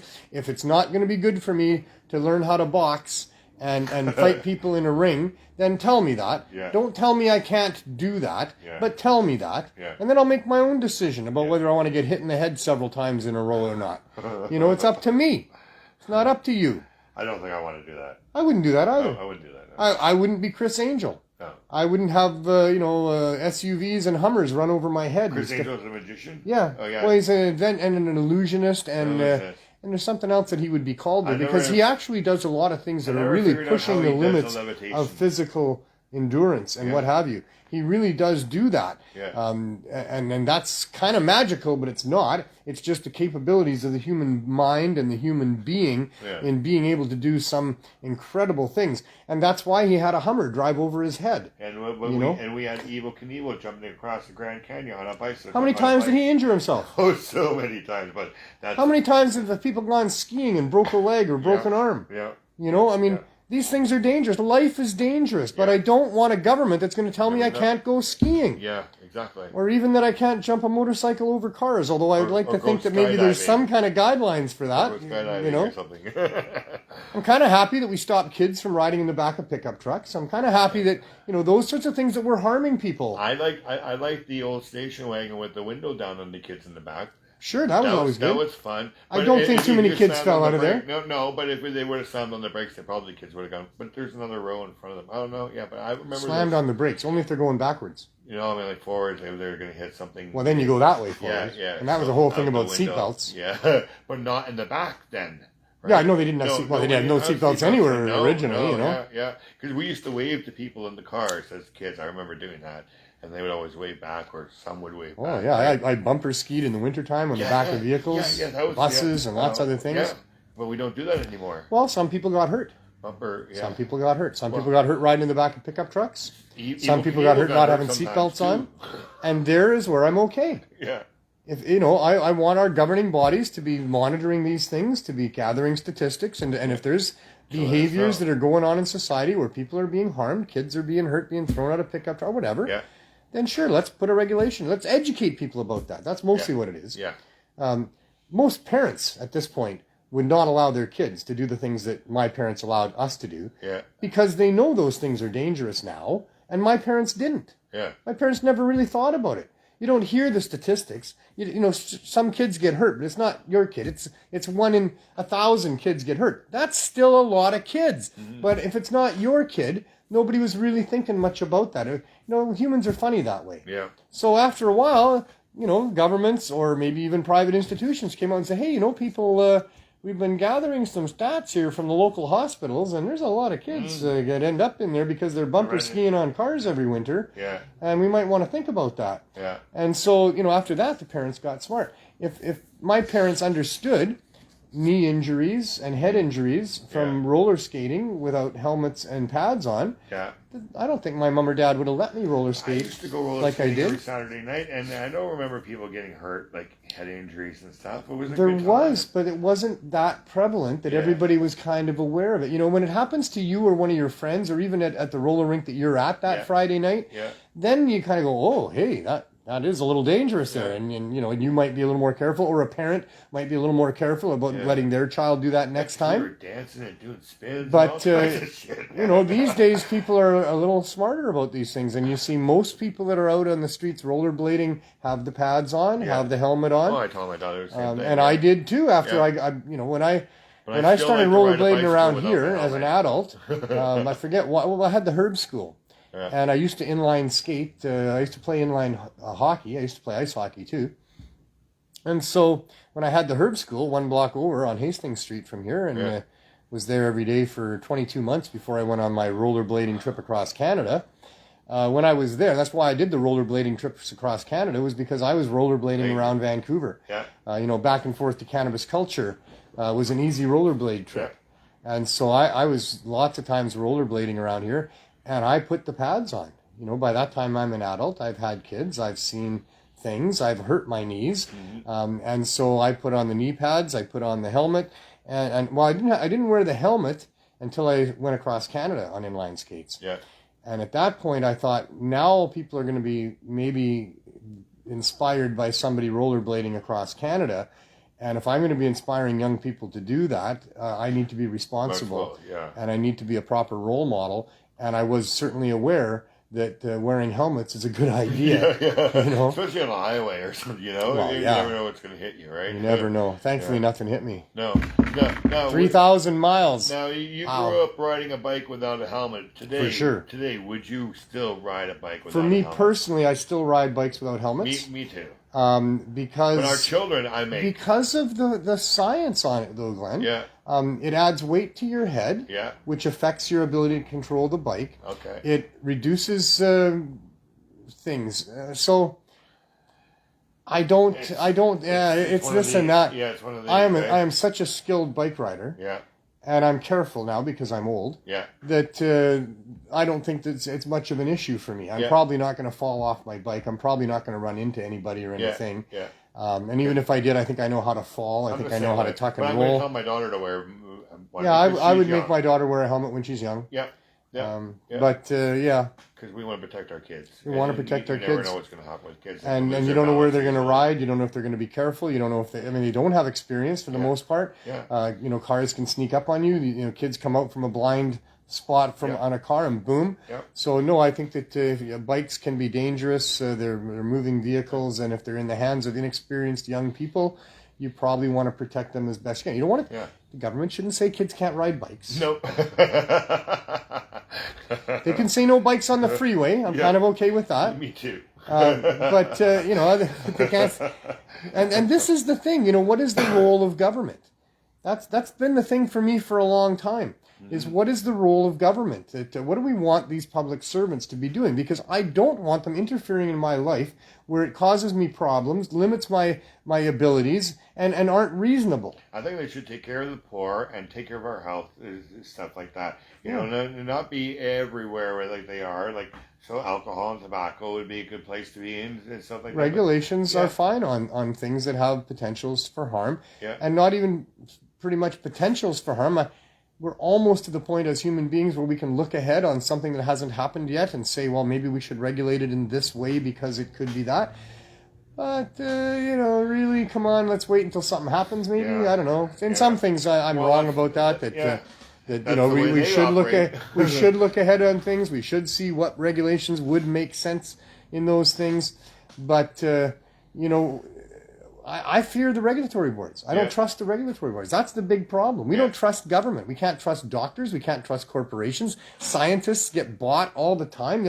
Whatever the company wants the scientists to say, that's what they're going to say. If they're, fake news everywhere. I mean, all this unreasonable stuff that makes it very difficult to understand, what's right and wrong. What do you choose? All the rest of that. But I think as people, it's time we really started thinking about those things with respect to governments. That there needs to be a better understanding of what the role of government is, and we need to rethink our democracy here. Because the way it's gone, there was way too many loopholes for the corporate agenda to be able to get in there with their high-priced lobbyists, with all of their weapons of bribery and threats, and closed-door meetings to be able to get their way. And that's been going on decade after decade, and now it's out of control. It is just out of control. Politicians think there are authorities over us. They are not public servants anymore. We saw what happened during the pandemic and the mandates that they think they can impose on people, and the way that their language has become. They become very arrogant in their belief that they are the boss and we are just the subjects and we're going to do as we're told or else, and they can make whatever laws that they want. The police have that feeling to them that they're above the law, that the laws, and all this stuff. This needs to change. We need police that are peace officers, that are public servants. We need politicians that are public servants. We need to have them limited in what they can do. We need to have them transparent in what they do. And that can happen with simple technology. Just every politician in a position of influence, like a justice minister, a health minister, your MLA, your MP, they should have an assistant with a camera. that's Or, you know what, the sole job of is We to don't even show have to us. do that nowadays because satellites can track you. So we just give you a little tracking device, and I at want to any hear the time- conversations. I want to see the body language. yeah, I but want to know what they're doing there. It's recording you from up there, but at any time they can refer back to that because the satellite was following. You don't have to have. How do you mean the somebody with a camera. satellite's following you? Oh, easy. Haven't you seen like the CSI shows where they can zoom in and they can Sure. listen to what's going on in somebody's home and stuff like that, see what's going on in their backyard. So if they put a tracker So you on think that we're going to have a camera up there and a satellite Why devoted to each MP that's It'd be better than walking able around the able camera. to zoom in close enough so that we At can any hear the time. conversation and No, see it- the body it will, language? It'll listen to conversations and everything. Wow. But the information would be there that if anybody... This is a far more scary world than I thought we had. Although I did think we were going in that direction at Yeah. some point. Well, they can listen that to we our are all phones. going to be scrutinized and surveyed But all the if time you by want- numerous different If you sources. want them to be like that, though, you know... Well, whether them they I want call- Yeah, that's what I'm scrutinized. saying, just Them I want Yeah. surveyed. Those are the And people. and maybe we can do it without a human, but let's give a human a job, Glenn. Okay, yeah, I don't it's like gonna be- all these self-checkouts and stuff like Well, that. there's gonna be a I was guy- at Costco the other day, Yeah. and I wanted to get a hot dog and buy some for my staff and stuff. Yeah. You have to have a credit card. They won't sell it to you with cash. No. And you have to use the computer there. There's no human being to talk to. Yeah. You got to walk over to the thing and touch the screen with Yeah. what you want. And all. I'm But sure a it might be human easy. serves it to you. A human serves it to you. Well, they're going to change that too, Well, probably. yeah, no? haven't you heard about robot chicken? At this particular Costco, Haven't you heard about robot chicken? It's in Alberta already. Sure. You go into the store and there's nobody there. Yeah. A robot cooks your chicken and serves you chicken. I'm sure. There you go. I'm sure they got tons of that in Japan. You can buy anything you want, including hot soup from a vending machine. Yeah. Well, We would never do that for a long time because the coffee machines would always offer a chicken soup or a hot Okay, so I should have said, a brisket and buns. I mean, you can get whatever you want these days in a vending machine, and especially in Japan. And some of that is good, and some of that is not good. And I like human interaction with people. too. I did not like the Costco experience. No. In fact, the Costco experience was no human being to order from. Yeah. Nobody to give money to, just the card thing. And the card thing for me, by the way, only worked on like the fourth time on like my second card. Oh, wow. First time in my life I have a credit card. I grew up this year. You got a credit card I decided to get a credit card. Oh, wow. I'm not big on credit. I don't like to be in now. debt. Help with parking. Well, yeah, I get it helps with lots of things, and in fact, it's a necessity for renting hotel rooms and renting cars these days. It is. And that's why I had to do that. Yeah. But it wouldn't allow me to tap with my credit card. It wouldn't let me put the credit card in and punch the number in. Eventually, with the debit card, Yeah. it worked, and the person beside me was having the same trouble with their cards. So where's the human there? Yes. It can stop You have that. to call and a then, 1-800 number to get the human. well, they just shut the whole thing down. You know. Yeah. Well, we know Roger went. And so the only experience that was really there that was human oriented was they had a person shouting out the numbers because you get a number out of the computer. Oh yeah. They didn't need that. No. They could have had some robot voice, and it would have been a lot nicer wow. in this Yeah, case. yeah. Because for some reason they got the soup Nazi to work at Costco and yell out these numbers. Holy crap! Like seriously, I'm sure he was putting old ladies into panic attacks. Well, I bet you was. Like just 42. I know it. Which is the right answer to everything, but you don't want to say it like that. Number 42. Wow, there was no need for that. It was a small room. I know. But and then when he yelled out our number, which I don't think was 42, but it might have been 69, another good number. But there my hot dogs were on the counter. Yeah. Nobody handing them to me. No. They were just there. They were there. So I had to go up and get close to this guy that was screaming. Yeah. And take my hot dogs and go away. So anyway, I don't know why we got onto this. Did you get it right? It's time to move on. But the point is, governments need to be regulated. Yes. They're the ones that need to be interfered with. Yes. They are the ones who need to stop interfering with free people in what they're doing if they're not harming other people. And the best and most glaring example of all of this is the attempt to prohibit cannabis. Yes. That's where we truly can see that we are not free. For That's where 100 we can years. truly see that they are very, very corrupt. And so let's move in the future towards having some sort of a get-together of our free citizens where we can discuss the governments that we want, what their role should be, and what limits should be put on them and how we make them transparent, be it with satellites or some assistant with a camera. I'm not sure. We got probably we're right in the middle of you and me that we maybe don't need the satellites because there's enough surveillance cameras in the world that we could probably keep them focused on that MP wherever he goes in his life. Just use somebody else's. But we need one in his car. We need one on his phone. We need one anytime he's meeting with anybody that's from the corporate side of things that has a pocket full of money and who knows what information on these people. We need all that transparent, and we need them to be accountable. We need to have it so that they don't get away with what they get away with at the end of their term, and they just get voted out of office, and they go and become a consultant for these same corporations that they helped rip us off, and there's no penalties involved. It needs to be seen as a heinous crime to be in that position of trust. And then betray that trust. That these public servants owe a debt to us who are paying them their wages. Yes, exactly. And when they sell us out to corporations so that they can become some high-paid consultant after they're done as a politician, then that should be exposed and they should be punished greatly for that. Just briefly, in common law, we have these symbols of justice, and the scales of justice are where we determine how much damage was done in this crime. There's a bunch of other parameters in that. First, you have to prove it was done by the person that you're accusing. You have to be beyond any reasonable doubt of any of this. You need to be able to put a dollar value on the damage, and that's where that side of the set of scales is how much value did the damage that this person did, what is it? And the other side of the set of scales, that's where you penalize them. That's where, what penalty do you give a person who did this much damage? Well, you give them that much of a penalty. And that's what those things are supposed to be for. In the case of this plant, having possession of this plant, if I was down in the States 10 years ago and found to be in possession of this much cannabis, I could be in for serious penalties. 10 years, probably. I could lose my ability to travel. I could have other restrictions put on me. I would get a criminal record. I'd have trouble getting work, stigmatized in society. A whole bunch of horrible things would happen to me for having this. And if I go before the courts, the penalties were severe. The penalties were severe. Yet strangely enough, no damage on this side of the set of scales. None. No victim in the courtroom. No. They don't talk about how you hurt anybody or anything. It's just that you're... Did you or didn't you have possession of this? If you did, you're going to get a penalty. Where is that justice? That's not justice. And on the government side of things, oh, we're having an earthquake. That's right. On the government. Oh, there it is. I just saw the earthquake.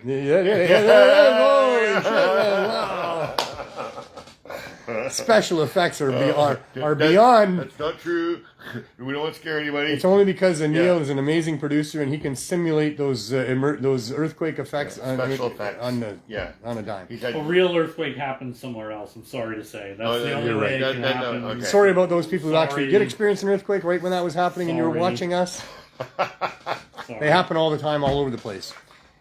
The point is that governments, when they are doing something like giving people serious penalties for having a medicinal herb that you were going to use to fight your cancer or to get off of opioids or to help you sleep at night or just be a better person or to feel good or for whatever you want. Euphoria is not a crime. Wanting euphoria is not a crime. Say that over and over again with me. Wanting euphoria is not a crime. Having something that provides euphoria is not a criminal offense. How it could ever have been a criminal offense is beyond me. But for governments to be giving people penalties like that, for governments to be doing something like that. And we've talked today during the show at numerous times about the cost involved, the damages involved, the human lives involved, the people that suffer severely with epilepsy that could have a cure, people dying, all these tens of thousands of people across Canada now in the last several years dying from opioid addiction. And a big part of that, and all of that, is government policy that drives all of that. It's not having cannabis high-dose edibles available easily in storefronts all across Canada for people to go in and get discreet, low-barrier access to. That would save a ton of lives. And when you say that would save a ton of lives, what you're also saying is without it, a lot of people are going to die. And that's murder. And a lot of people. So here we are. Government, you're on trial. A set of scales. We're going to put the damage that you've done with cannabis prohibition on one side of these set of scales. Where do you think that's going to end up with that scale? somewhere in China. Yeah. Other side of the world. It's going to go for miles. You can't even calculate it. It's more damage than has been done with anything else ever anywhere in the history of mankind. And I'm not kidding. I'm seriously not kidding. But 100 years of this prohibition in North America has resulted in a larger cost to more people and more lives ruined than anything else ever in history. But it's like you said, they made more money. They didn't care, right? They didn't care about that's the human a crime. lives. They made That's more a crime. I know, but they don't When you're care, going right? to allow people You to said die that, to make money, Yep. that's a crime. Right. But there's so much money in the world that we can never ever prove that. Because they would just stop. Oh, we can prove damages against the government for prohibition of cannabis. Yeah. Oh, yes, we can. And these other plant medicines as well.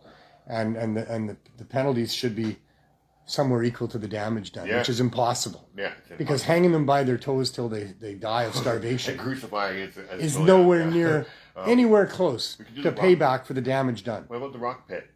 There's nothing. No, we can't do that. There's anymore. nothing that we could Can't throw do rocks at them. to provide enough penalty to William Randolph Hearst, to the Rockefellers, to all of these people. There's just so many of them that have been involved in prohibition. I mean, I need a couple of names. Yeah, but, there's lots of them. I mean, oh my God, so Bill many Blair. of them. Pierre Elliott Trudeau, Justin Trudeau, every prime minister that's ever been in Canada forever. All of these people, since 1923. Since 1923. Prior to since 1908, because they never should have made cocaine illegal either. That's another horrible one we could talk about. Yes, it has parameters of harming people when not used properly and when not regulated properly, but the harm done by trying to annihilate the coca plant, It was like, holy crap, to the people in those areas where it's produced and the value it is to those people there, the value it is medicinally and physically for health reasons for a whole bunch of people. I mean, it is the safer coffee for people in those parts of the world than what we are going on here. Yeah. I mean, coffee kills people. There's 1,700, caffeine. yeah, too much caffeine. 1,700 people die in the United States every year from caffeine. Wow, right? Poisoning. And Coke had the very first Red Bull, because they used to have cocaine in their pop, right? So you'd almost be like the very first Red Bull. Prohibiting these things makes the harms way worse. Chemicals that give us that same effect is what I was trying to get to, right? Now we got a bunch of aspartame and whatever is going there. Anyways, I should go. Government doesn't care about you. No. They've been harming us for a long time. We should be suing them. We should be forcing them into being a different animal than they are. Only we can do that. I'm not sure how, but only we can do that. If we all band together and demand change, we can accomplish it. People can do this thing. Glenn, thank you so much. No problem. We'll see you next week, sir. We'll see you next week. All right, take care.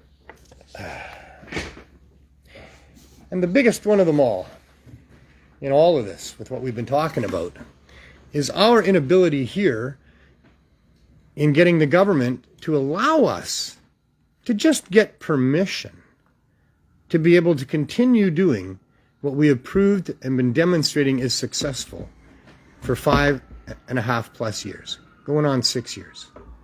Cannabis Substitution Program started in a response to the public health emergency of overdose deaths, is the best harm reduction option that there is in getting people off of those drugs and mitigating the harmful effects of having a bad relationship with those drugs. There's no question about that. The science is in. Not dozens, hundreds of studies have now been stating this clearly. Cannabis is an effective medicine for people suffering from many of the things that are the drivers of addiction. People are driven to addiction by pain, depression, anxiety, many different forms of suffering, and cannabis can answer so many of those. It helps with anxiety, depression, pain, so many different other things. We've proven it. Beyond doubt. Almost 6 years. Over half a decade. Proven it. Demonstrating it. Day after day after day. We're here 7 days a week for over 2 years now, providing cannabis high-dose edibles to 268 members that came to us dope sick and in trouble, who are now living healthy, productive lives and using cannabis high-dose edibles that we provide to them still, 420 milligrams every 4 days. They faithfully come and get their edibles with smiles on their faces appreciative tones, and stories about how cannabis saved their life and is continuing to give them quality of life, that they can sleep, that they're no longer anxious. This is the number one best solution available to an overdose crisis that has gripped this globe for several years and continues to kill our brothers and sisters and sons and daughters at alarming rates. We started this before there was legalization in Canada. I told you at the start of the show how I started it, by going to all of the different groups that mattered and trying to get them on board. Eventually, the city of Vancouver did support us. Unanimous passage of a motion to support low barrier access to cannabis for the opioid crisis. That was 3.5 years ago. 3 years ago. And a little bit. Because of that, we had good faith that what we were doing was being recognized by governments and we would now be supported by them. The city of Vancouver told us they would give us a license if we found a storefront and did our program in there, and it actually helped people the way we were helping people. We opened in good faith. We had to structure a model of distribution that would allow for monies to come in to cover the costs of the rent and other things. That only makes sense. And we did. But that wasn't enough for a federal government of corrupt public servants. The city of Vancouver deciding that what we were doing was positive, helpful, and it was to be supported was not enough. The federal government is who needs to be appeased on these things. And ultimately it's the Queen, isn't it? Or maybe the King now. But when we had to apply to the federal government in order for the city to support us, we did. We didn't delay. We very quickly and we put so much work into it in such a short period of time to comply with what was being asked of us to be able to continue our program. And we put together a great application, a no-brainer application, an application that clearly showed that what we were doing had great success here with hundreds of people. An application that could have been reviewed by any high school student with a half an ounce of brain and a slight pinch of ethics. And they would have quickly supported what we were doing if their motive was to help the situation. But here we are. Not only did we put in that application to the federal government, we put in an application for a temporary emergency exemption from the current laws until licenses could be figured out. That should have protected us too. But the only response we got was from the health minister, Patty Haydu, her office, the next day after our applications were submitted, and from Health Canada, Mr. Benoit Seguin, the fellow in charge of Special Licensing and Exemptions Division of Health Canada. They both responded back the next day in response to our application, saying that they had received it and they would do their best to respond back to us in a timely fashion. That's what we were told. Months went by. Months. So many months went by that we were evicted from the store because we couldn't get that permission from the federal government that the city had demanded, and they'd already put in motion a threat to the landlord that his lawyer felt he had to respond to, even though the landlord did not want to kick us out and stop us. He loved what we were doing.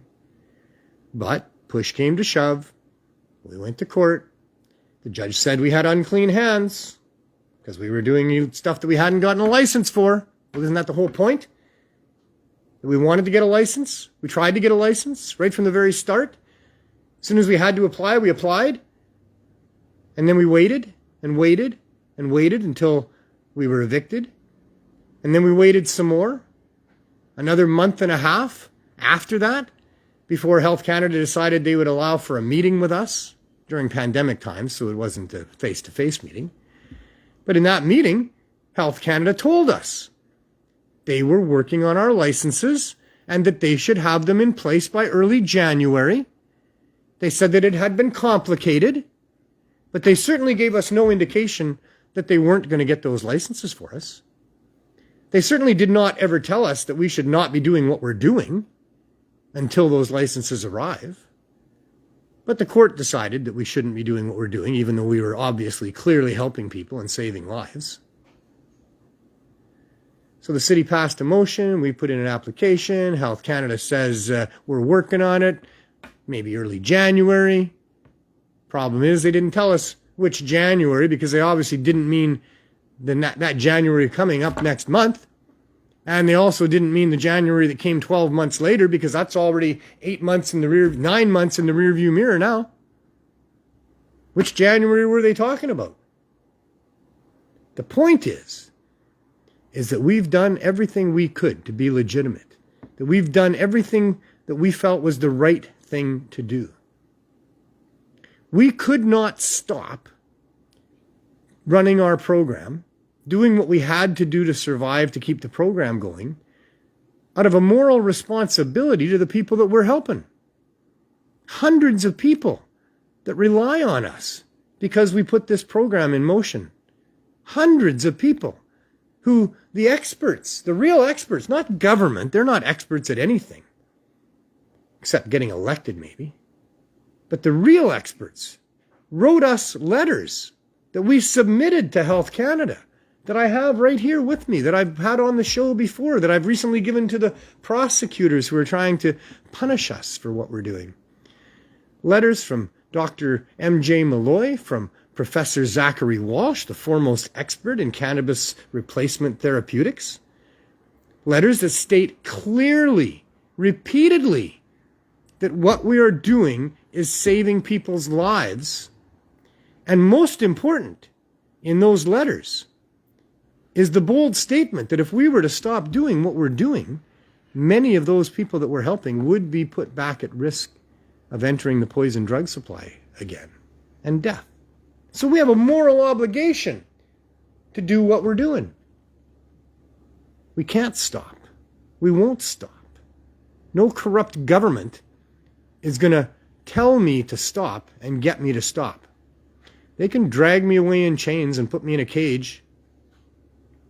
But short of that, I have a moral obligation to myself that I will not turn my back on all of these hundreds of people that I've come to know, and all of the tens of thousands of people that I've never met, but that need this badly, or they're going to die. I have a moral obligation to myself to do something about this. It's like seeing a serious crime happen. You don't walk away from that. You don't do nothing about that.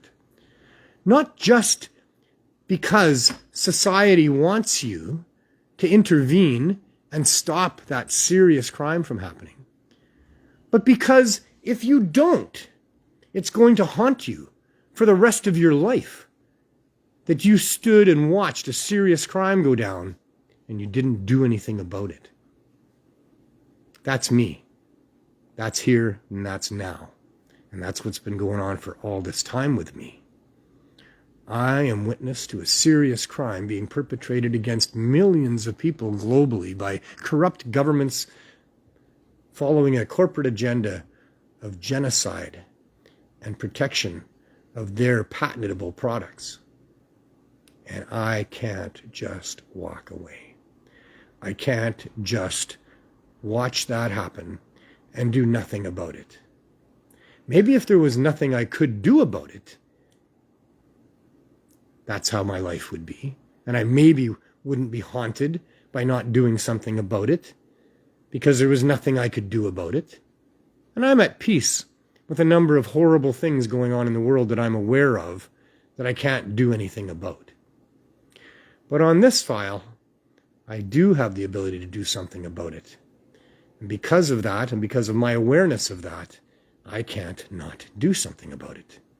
I would be a tortured human being for the rest of my life if I just walked away and let these people suffer and die, and let the world go without low barrier access and all that that entails. A continued Prohibition 2.0 to protect a corrupt industry of cannabis legalization run by former prohibitionists and greedy corporatists, while still continuing, as I say, Prohibition 2.0 on all the poor people and the sick people. Those are the people that I've been fighting for all the way through here. In all my last 20-some years of doing this, it was never about the rich people that I was fighting for legalization for. It was for all the poor people, all the sick people. They're the ones that were really suffering that I became aware of. When I did my trips across Canada on inline skates, I stayed in every community I came to for a length of time until I got to meet people and spread my message. And in meeting people, I've met so many people that would come to me and tell me the horrors of their life because of prohibition. I've been a direct witness to the harms of prohibition to a point where I can't not do something about it. I have to do something about it. Anyway, we're just about there for the show. Typically, I go outside. I guess we will. But I'm going to make it really brief. There's not much new out there to show you. It's the same RV that's been out there for the last 2 years. The story hasn't changed much other than, we've now submitted our application to Health, or our response to Health Canada with their intent to deny notice. We're back in court again on the 28th of September. That's what I needed to tell you. That we went to court last Wednesday, third appearance, on the selling without a license charge, and it got put off to another day, to set another date, maybe down the road. At that point, my lawyer still had not had a conversation of any sort with the Crown about this, and for all I know, the Crown has never even reviewed the file to see what it is that they're going to take to court down the road. That conversation was supposed to happen last court day on Wednesday, that afternoon. That's what my lawyer reported to the judge, is that he had a phone meeting scheduled with the Crown for that afternoon. But that didn't happen. My lawyer made the call, left a message. The Crown was to call back, and the Crown didn't call back. I still have not been informed that there's been any conversation between our side and their side, if you will. So I'm still expecting that once that happens, these charges will be withdrawn. I believe that our defense is going to be that you say I'm selling without a license. I say I'm selling with a license pending and in good faith and with a moral responsibility to continue what we're doing until those licenses are in place. And we'll see what happens. But that's the update. Back in court September 28th. We'll go have just a brief look at the RV out there, and then we'll wrap it up.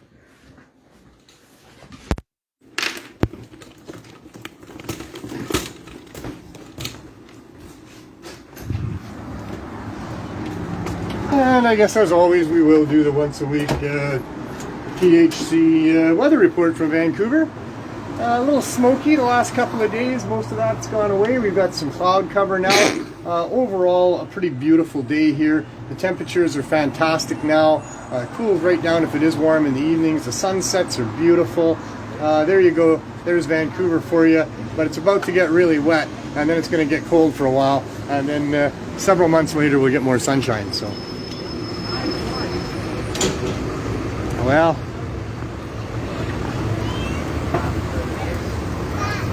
it's clean. That's the recent development, is that we've cleaned it up. I think we're going to have it painted. We might just touch up all these colors that we have and make them vibrant again. And maybe we'll put some sort of a mural on there. Maybe we'll put the CSP logo. But I have had a local painter come and say that he was really motivated to help us with that, and so that I would like that to happen. And well, who we got in the window today? Nobody there. Oh, there we are. Hi, Kevin. I'm doing all right. How are you doing? Not too bad, not too bad. How are you enjoying the window experience? Oh, it's wonderful. Yeah? I love it. Yeah. So are you helping a lot of people? Oh, hell yeah. You getting good comments all day? Yep. Yeah. Anything that stands out today? Oh, the one thing that I love is our 5 for 5 deal, and when I surprise somebody, they're like, "Oh, can I get a gram of weed?" I'm like, "You can get 5 grams for $5, brother," and they're like, Wow. Yeah, and sometimes they say, well, I don't want that because it must be crap. Oh yeah, and we have to say, actually, that's not what we're doing here. Yeah, we don't want to give crap to people at all. The people down here especially need good quality cannabis, and they need it at prices that work for them. And even though I think $1 a gram or $448 a pound is still quite a bit, it does allow people to have leftover money and have more weed than they would normally get, because the typical price for cannabis in this neighborhood at the government stores, it's $10 and up, and on the street, basically $10, although there has been some as low as $5 a gram on the street going around. There's a lot of cannabis for sale on the sidewalks and around here, mostly because they've shut down the access that was here, and a bunch of those places popped up. And we're still here, but we do the $1 a gram. I figure if in Toronto they can have, or Ontario they can have a buck of beer, we should do $1 a gram. And so that's what we've been able to consistently do since last November. Very proud of that, and so many people really like that. So yeah, good one on you, Kevin, for pointing that out. That is one of our most valuable things in the neighborhood. Oh, for sure. For sure. All right, well, we're going to go check the back door, see what's going on there. This is the CSP access. Still got our sign there. First, my bumper's falling apart. We need a little bit of some type of repair going on at some point. It's an old truck. I don't know, sir. Carnegie. I'd say the Carnegie, one block over down through the lane. But there's no place else here that I know of. What you looking for? So, washroom. How you doing? Hey, not too bad. How's it going? Long time no see. The guy looks just like you at the side door. I got a twin in there? I'm everywhere. You're multitasking. Yeah, I'm multitasking. Double duty. I've got everyone else is camera shy today. So what are we doing with the CSP here? What's going on? If I knock on the door, what happens? You tell what me. happens? I can supply you. Anybody? No. Well, how do you know I'm not just anybody? Well, you supply me with your number. I see. So I have to have a number. You have to have a number. And then you check the number in the book. Yep, and make sure that the person's gone 4 days. Right. And then after 4 days of not coming, so some people lose track of time and they come after 3 days, Sometimes, 2 days. Yeah. And they don't get the CSP, they don't get the 420 milligrams that we give away for free. But we don't turn them away either. If they're out and they're in need, if anybody is in need to that point, they can go to the side window, see your twin over there, and get a free muffin, a 50 milligram cookie, a joint, whatever it is that will get them through their day. And so that's a service that we offer there. So, I don't know, any feedback on the CSP today? We get the what do we gummies got? Back. Oh man, the gummies, man. We got our Green Wilderness gummies. 100 milligrams so 5 milligrams each.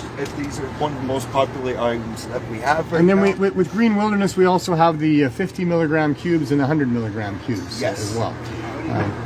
And then we also have Gorilla Ganja gummies, but they're on their way. We don't have them right now. We're out of those. What else we got there? I've got some gel capsules. They're 50 milligrams a piece. Thanks to Dirty Dave, who just won the Karma Cup flower division. Yep. And then We've got joints for people. We got some brownies. Those are from Joe Pepper. And then we also have some joints. So everybody that comes, they get like I said, we're usually most popular. So we get 2 gummies to pretty much everybody that comes. We had cheesecake earlier today. Do we still have that? I don't believe so. I don't. Maybe right up here. No, it went quick. So the cheesecake went quick. We had a nice donation of cheesecake from Spiritual Relief, I think is the name of the company there. Yep. There's Joe Pepper's. More Joe Pepper cookies. Famous cookies. Right. They're super popular as well. So we got lots of things for people. Probably not as much as we'd like to have. We like to have a big selection of stuff. That's not too bad. We always have cookies and muffins thanks to John Murray. We also have all these things. Joe Pepper is so consistent in her stuff, and Green Wilderness as well, and Gorilla Ganja. We normally have a bunch of things for people, and I mean, it's all for free, so how can you complain anyway? But we do want to meet the differing needs of people. Like different people need or want different things. It works better for them, and we try to have all of that. So having a variety of things available for them to choose from also is not only good for them in having those choices, but it's good for us in being able to tell what it is that people want and what they take and what works for them. So we track all of that. We have all that information since the beginning of the program that we did 2 years and 3 months ago.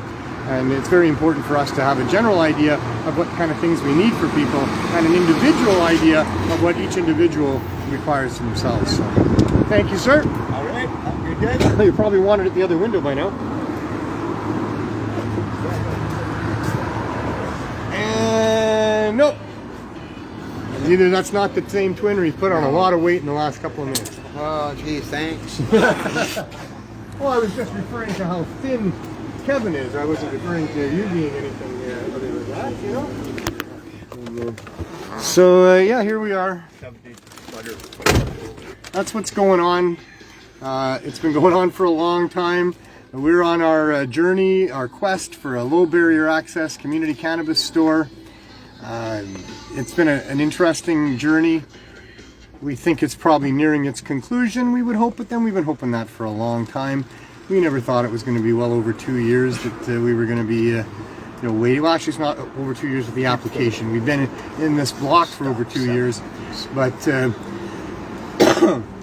this being the 13th of September, in 3 days, it'll be 2 years since that day that we sent our applications to the Health Minister and to the Health Canada Special Licensing and Exemption Division. 2 years. 2 years of waiting for just a piece of paper with a signature on it that would allow us to do what we've been doing to help people, but do it way better. And maybe there should be some negotiations. Maybe we could come up with some regulations or ways of doing things that Health Canada would like us to do that would be better than what we're doing. I'd love to have those discussions. We'd like to be as good as we can. We'd like to have the safest supply. We would like to have the cannabis that works the best for people in all the ways that works the best for people. And I'd love to have a government body called Health Canada that was actually concerned about people's health, that would work with us, find out with us what's the best way to help people and help them. Maybe they should be called Help Canada, but they're called Health Canada. But so far, there's no indication that they have any interest in the actual health of the people. There's every indication that all of their motivations are surrounding the health of the licensed producers and the government licensed stores and the outrageously high artificial price of cannabis and the obscene exclusion of the people who really need access to cannabis, and especially high-dose edibles. So, here we are again, another episode of the show, another rolling around of what's going on, and another plea for you to help us to get to where we need to go.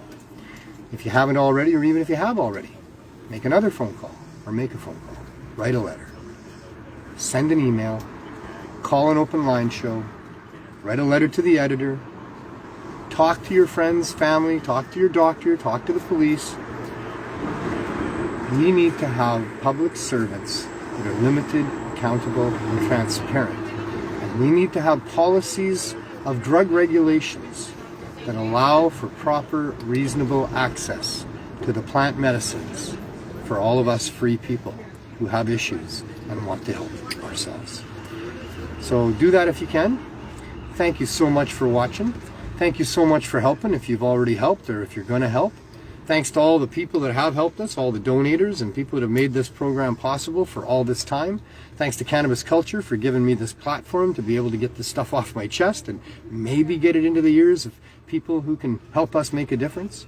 Thanks to my producer, Neil, who's here faithfully every week, making an old guy look good somehow, although I'm probably wrong that I look good. But in any case, thanks to everybody. Thanks just for being you, for tuning in, for caring at all. Go through your life being kind to yourself, being kind to other people, because that's just the best way to live. Random acts of kindness make no sense. Constant acts of kindness make the world a much better place. But most important, while you're going through your life and you're dealing with all this stuff that we've talked about that there is to deal with, have as much fun as you can. We'll see you next week.